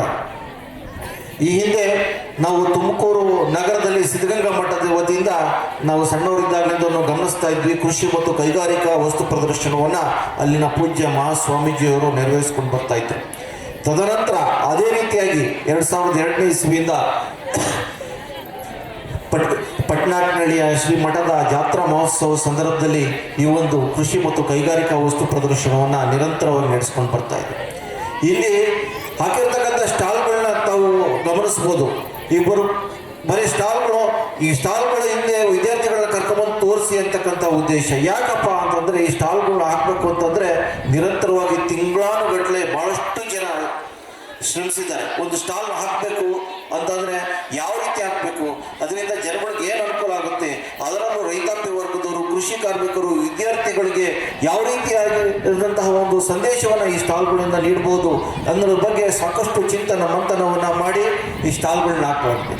ಹಾಗಾಗಿ ವಿದ್ಯಾರ್ಥಿಗಳು ಇದ್ರ ಬಗ್ಗೆ ಅವರು ಈ ಸ್ಟಾಲ್ಗಳನ್ನ ವೀಕ್ಷಣೆ ಮಾಡಬೇಕು, ಇದ್ರ ಬಗ್ಗೆ ಗಮನ ಹರಿಸಬೇಕು, ಇಲ್ಲಿ ಇರ್ತಕ್ಕಂಥ ವಿಚಾರಗಳನ್ನ ತಿಳ್ಕೊಂಡು ಹೋಗ್ಬೇಕು.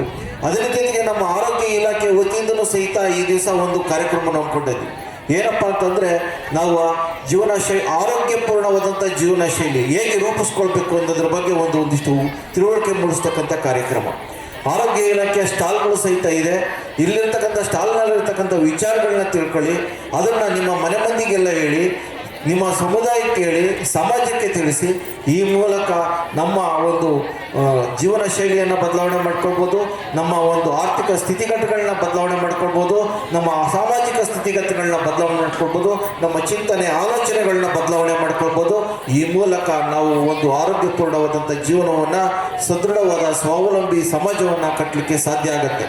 ಈ ದಿಕ್ಕಿನಲ್ಲಿ ವಿದ್ಯಾರ್ಥಿಗಳು ಈ ಒಂದು ಜಾತ್ರೆ ಮತ್ತು ಈ ಜಾತ್ರೆಯಲ್ಲಿ ಇರ್ತಕ್ಕಂಥ ಈ ಒಂದು ಕೃಷಿ ಮತ್ತು ಕೈಗಾರಿಕಾ ವಸ್ತು ಪ್ರದರ್ಶನದಲ್ಲಿರ್ತಕ್ಕಂಥ ಸ್ಟಾಲ್ಗಳನ್ನ ಲಘುವಾಗಿ ಪರಿಗಣಿಸದೆ ಅವುಗಳಿಗೆ ಗಂಭೀರವಾಗಿ ತಾವು ತಿಳ್ಕೋಬೇಕು, ಇಲ್ಲಿಂದ ಒಂದಿಷ್ಟು ಮಾಹಿತಿಯನ್ನು ಸಂಗ್ರಹ ಮಾಡಿಕೊಂಡು ತಾವು ಹೋಗಬೇಕು ಅಂತಕ್ಕಂಥ ಒಂದು ಕಳಕಳಿಯಾದಂತಹ ವಿನಂತಿಯನ್ನು ನಾನು ಈ ಸಂದರ್ಭದಲ್ಲಿ ಮಾಡ್ಕೊಳ್ತಾ, ಅದೇ ರೀತಿಯಾಗಿ ವಿದ್ಯಾರ್ಥಿಗಳ ಒಟ್ಟಿಗೆ ಬಂದಿರತಕ್ಕಂತಹ ಅವರ ಶಿಕ್ಷಕರು ಮತ್ತು ಪೋಷಕರು ಇದ್ರ ಬಗ್ಗೆ ವಿದ್ಯಾರ್ಥಿಗಳಿಗೆ ಹೆಚ್ಚು ಗಮನ ಹರಿಸಲಿಕ್ಕೆ ತಾವು ಪ್ರೇರೇಪಣೆ ಮಾಡಬೇಕು ಅಂತ ಹೇಳಿ ಈ ಸಂದರ್ಭದಲ್ಲಿ ವಿನಂತಿಯನ್ನು ಮಾಡ್ಕೊಳ್ತಾ, ಈ ದಿನದ ಮುಖ್ಯ ಉದ್ದೇಶ ಏನಪ್ಪ ಅಂತಂದರೆ, ಕೃಷಿ ಮತ್ತು ಕೈಗಾರಿಕಾ ವಸ್ತು ಪ್ರದರ್ಶನವನ್ನು ಯಾಕೆ ಹಮ್ಮಿಕೊಂಡಿದ್ದೀವಿ?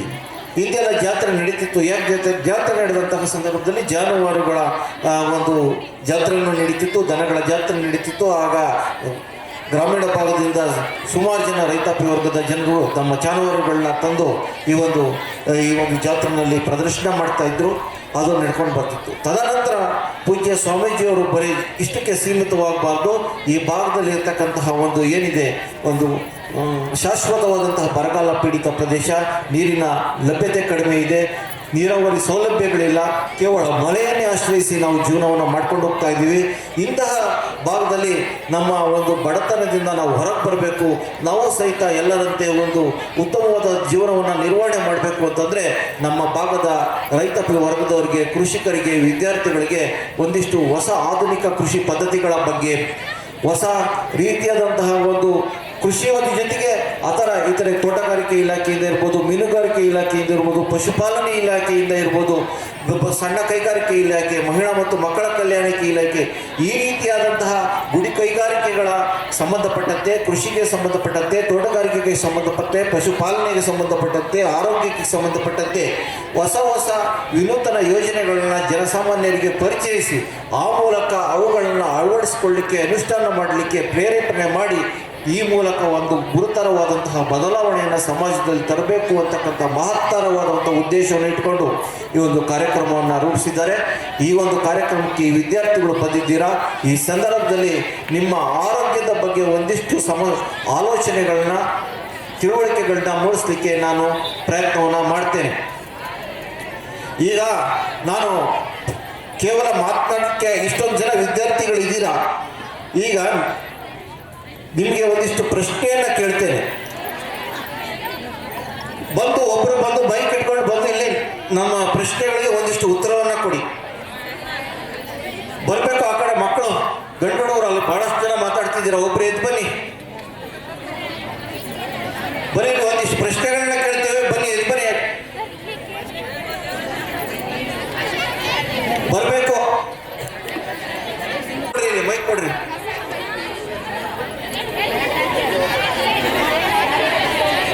ಕೊಡ್ರಿ ಅವ್ರಿಗೆ ಒಬ್ಬ.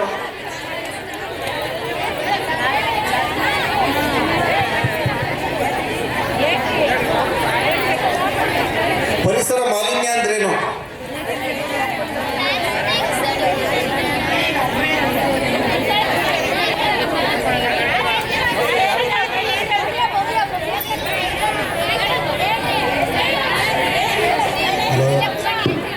ಪರಿಸರ ಮಾಲಿನ್ಯದಲ್ಲಿ ಯಾವ್ಯಾವ ಪರಿಸರದಲ್ಲಿ ಇರ್ತಕ್ಕಂಥ ಯಾವ್ಯಾವ ಅಂಶಗಳಿಗೆ ಮಾಲಿನ್ಯ ಆಗ್ತಾ ಇದೆ, ಯಾವ ಕಾರಣದಿಂದ ಮಾಲಿನ್ಯ ಆಗ್ತಾ ಇದೆ?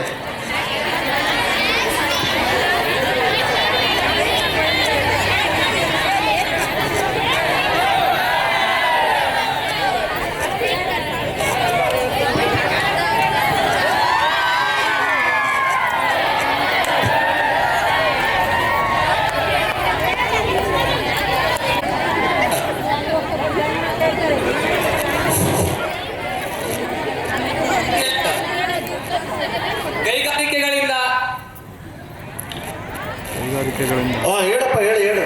ವಾಯು ಮಾಲಿನ್ಯ ಯಾವ ಕಾರಣದಿಂದ ಆಗ್ತಾ ಇದೆ? ಕೈಗಾರಿಕೆ ವಾಯು ಮಾಲಿನ್ಯ ಏಕೆ ಆಗ್ತಾ ಇದೆ? ವಾಯುವಿನಲ್ಲಿ ಯಾವ್ಯಾವ ಇಂಧನಗಳಿದಾವೆ? ಆ? ಬನ್ನಿ ಮುಂದಕ್ಕೆ ಬರ್ರಿ, ಇಲ್ಲಿ ಮುಂದಕ್ಕೆ ಬರ್ರಿ, ಮಾತಾಡಿ ಮುಂದಕ್ಕೆ ಬರ್ರಿ, ಬರ್ರಿ, ಕರೆಕ್ಟಾಗಿ ಹೇಳ್ತಾ ಇದ್ದೀರ, ಬರ್ರಿ. ವಾಯು ಮಾಲಿನ್ಯ ವಾಹನಗಳು, ಕೈಗಾರಿಕೆಗಳು ಬಿಡ್ತಕ್ಕಂಥ ಹೊಗೆಯಿಂದ ಆ ಹೊಗೆನಲ್ಲಿ ಏನಿರುತ್ತೆ? ಕಲುಷಿತ ಆಗಿರುತ್ತೆ. ಯಾವುದು ಕಲುಷಿತ ಆಗಕ್ಕೆ ಕಾರಣ ಏನು? ಯಾವ ಇಂಧನಗಳಿರುತ್ತೆ ಅದರಲ್ಲಿ? ಅಂದರೆ ಯಾವ ಗ್ಯಾಸಸ್ ಇರುತ್ತೆ? ವಿಷಪೂರಿತ ಹೊಗೆ ಇರುತ್ತೆ. ವಿಷಪೂರಿತ ಹೊಗೆ ಆಗ್ಲಿಕ್ಕೆ ಕಾರಣ ಏನು ಹೇಳಿ? ಕೈಗಾರಿಕೆ. ಅಲ್ಲಪ್ಪ, ಅದರಲ್ಲಿ ಆಕ್ಸಿಜನ್ ಇಂದ ವಿಷಪೂರಿತ ಆಗ್ತಾ ಇದೆಯಾ ಗಾಳಿ? ಕಾರ್ಬನ್ ಕಾರ್ಬನ್ ಏನು? ಡೈಆಕ್ಸೈಡ್. ಕಾರ್ಬನ್ ಡೈಆಕ್ಸೈಡ್ ಗಾಳಿಯಲ್ಲಿ ಕಾರ್ಬನ್ ಡೈಆಕ್ಸೈಡ್ ಅಂಶ ಜಾಸ್ತಿ ಆಗ್ತಾ ಇರೋದ್ರಿಂದ ಗಾಳಿ ವಿಷಯುಕ್ತವಾಗ್ತಾ ಇದೆ. Okay, very good. ನಂತರ ಬೇರೆ ಇನ್ಯಾವ ಆಮ್ಲಗಳಿಂದ ಈ ಒಂದು ಗಾಳಿ ವಿಷಯುಕ್ತ ಆಗ್ತಾ ಇದೆ? ಬೇರೆ ಯಾರೇ ಬಗ್ಗೆ ಏನಾದ್ರು ಗೊತ್ತಿದೆಯಾ ನಿಮಗೆ? ಕೈಗಾರಿಕೆಗಳಿಂದ ಹೊರಸೂಸ್ತಕ್ಕಂಥ ಇತರ ಆಮ್ಲಗಳು ಯಾವುವು? ವಿಮಾನಗಳಿಂದ ಹೊರಸೂಸ್ತಕ್ಕಂತಹ ಗ್ಯಾಸಸ್ ಯಾವುದು? ರೆಫ್ರಿಜಿರೇಟರ್ಗಳಿಂದ ಹೊರಸೂಸ್ತಕ್ಕಂತಹ ಆಮ್ಲಗಳು ಯಾವುವು? ಗೊತ್ತಿದೆಯಾ ನಿಮಗೆ? ವಿಮಾನಗಳಿಂದ ಹೊರಸೂಸ್ತಕ್ಕಂತಹ ಒಂದು ಕ್ಲೋರೋಫ್ಲೋರೋ ಕಾರ್ಬನ್ಸ್ ಅನ್ನೋದ್ರ ಬಗ್ಗೆ ಏನಾದರೂ ಗೊತ್ತಿದೆಯಾ? ಯಾಕೆ ಓಝೋನ್ ಪದರ ಹಾಳಾಗ್ತಾ ಇದೆ? ಓಝೋನ್ ಪದರ ಏನಕ್ಕಾಗಿ ಹಾಳಾಗ್ತಾ ಇದೆ? ಗಾಳಿಯಲ್ಲಿ ಇರತಕ್ಕಂತಹ ಒಂದು ಕ್ಲೋರೋಫ್ಲೋರೋ ಕಾರ್ಬನ್ಸ್ ಅಂತಕ್ಕಂಥ ಅಂಶ ಜಾಸ್ತಿ ಆಗ್ತಾ ಇರೋದ್ರಿಂದ. ಅದು ಎಲ್ಲಿಂದ ಬರ್ತಾ ಇದೆ? ವಿಮಾನಗಳಿಂದ, ದೊಡ್ಡ ದೊಡ್ಡ ಕೈಗಾರಿಕೆಗಳಿಂದ, ರೆಫ್ರಿಜಿರೇಟರ್ಗಳಿಂದ, ಫ್ರಿಡ್ಜ್ಗಳಿಂದ ಹೊರಸೂಸ್ತಕ್ಕಂಥ ಈ ಕ್ಲೋರೋಫ್ಲೋರೋ ಕಾರ್ಬನ್ಸ್ ಇಂದ ಓಝೋನ್ ಪದರ ತೂತು ಬಿಡ್ತಾ ಇದೆ. ಅದರ ಜೊತೆಗೆ ಇತರೆ ವಿಷಯುಕ್ತ ಅನಿಲಗಳು ಯಾವ್ಯಾವು? ಒಂದೆರಡಾದರೂ ಹೇಳ್ತೀನಿ. ಸಲ್ಫರ್ ಡೈಆಕ್ಸೈಡ್ ಅನ್ನೋ ಅಂಶದ ಬಗ್ಗೆ ಏನಾದ್ರು ಗೊತ್ತಿದೆಯಾ ನಿಮಗೆ? ಬೇರೆ ರಾಸಾಯನಿಕಗಳ ಬಗ್ಗೆ ಏನಾದರೂ ಗೊತ್ತಿದೆಯಾ? ಕೈಗಾರಿಕೆಗಳಿಂದ ಹೊಸತಕ್ಕಂತಹ ರಾಸಾಯನಿಕಗಳು, ವಿಷಯುಕ್ತ ಅನಿಲಗಳು, ಕಾರ್ಬನ್ ಮಾನಾಕ್ಸೈಡ್ ಅಂತಕ್ಕಂಥ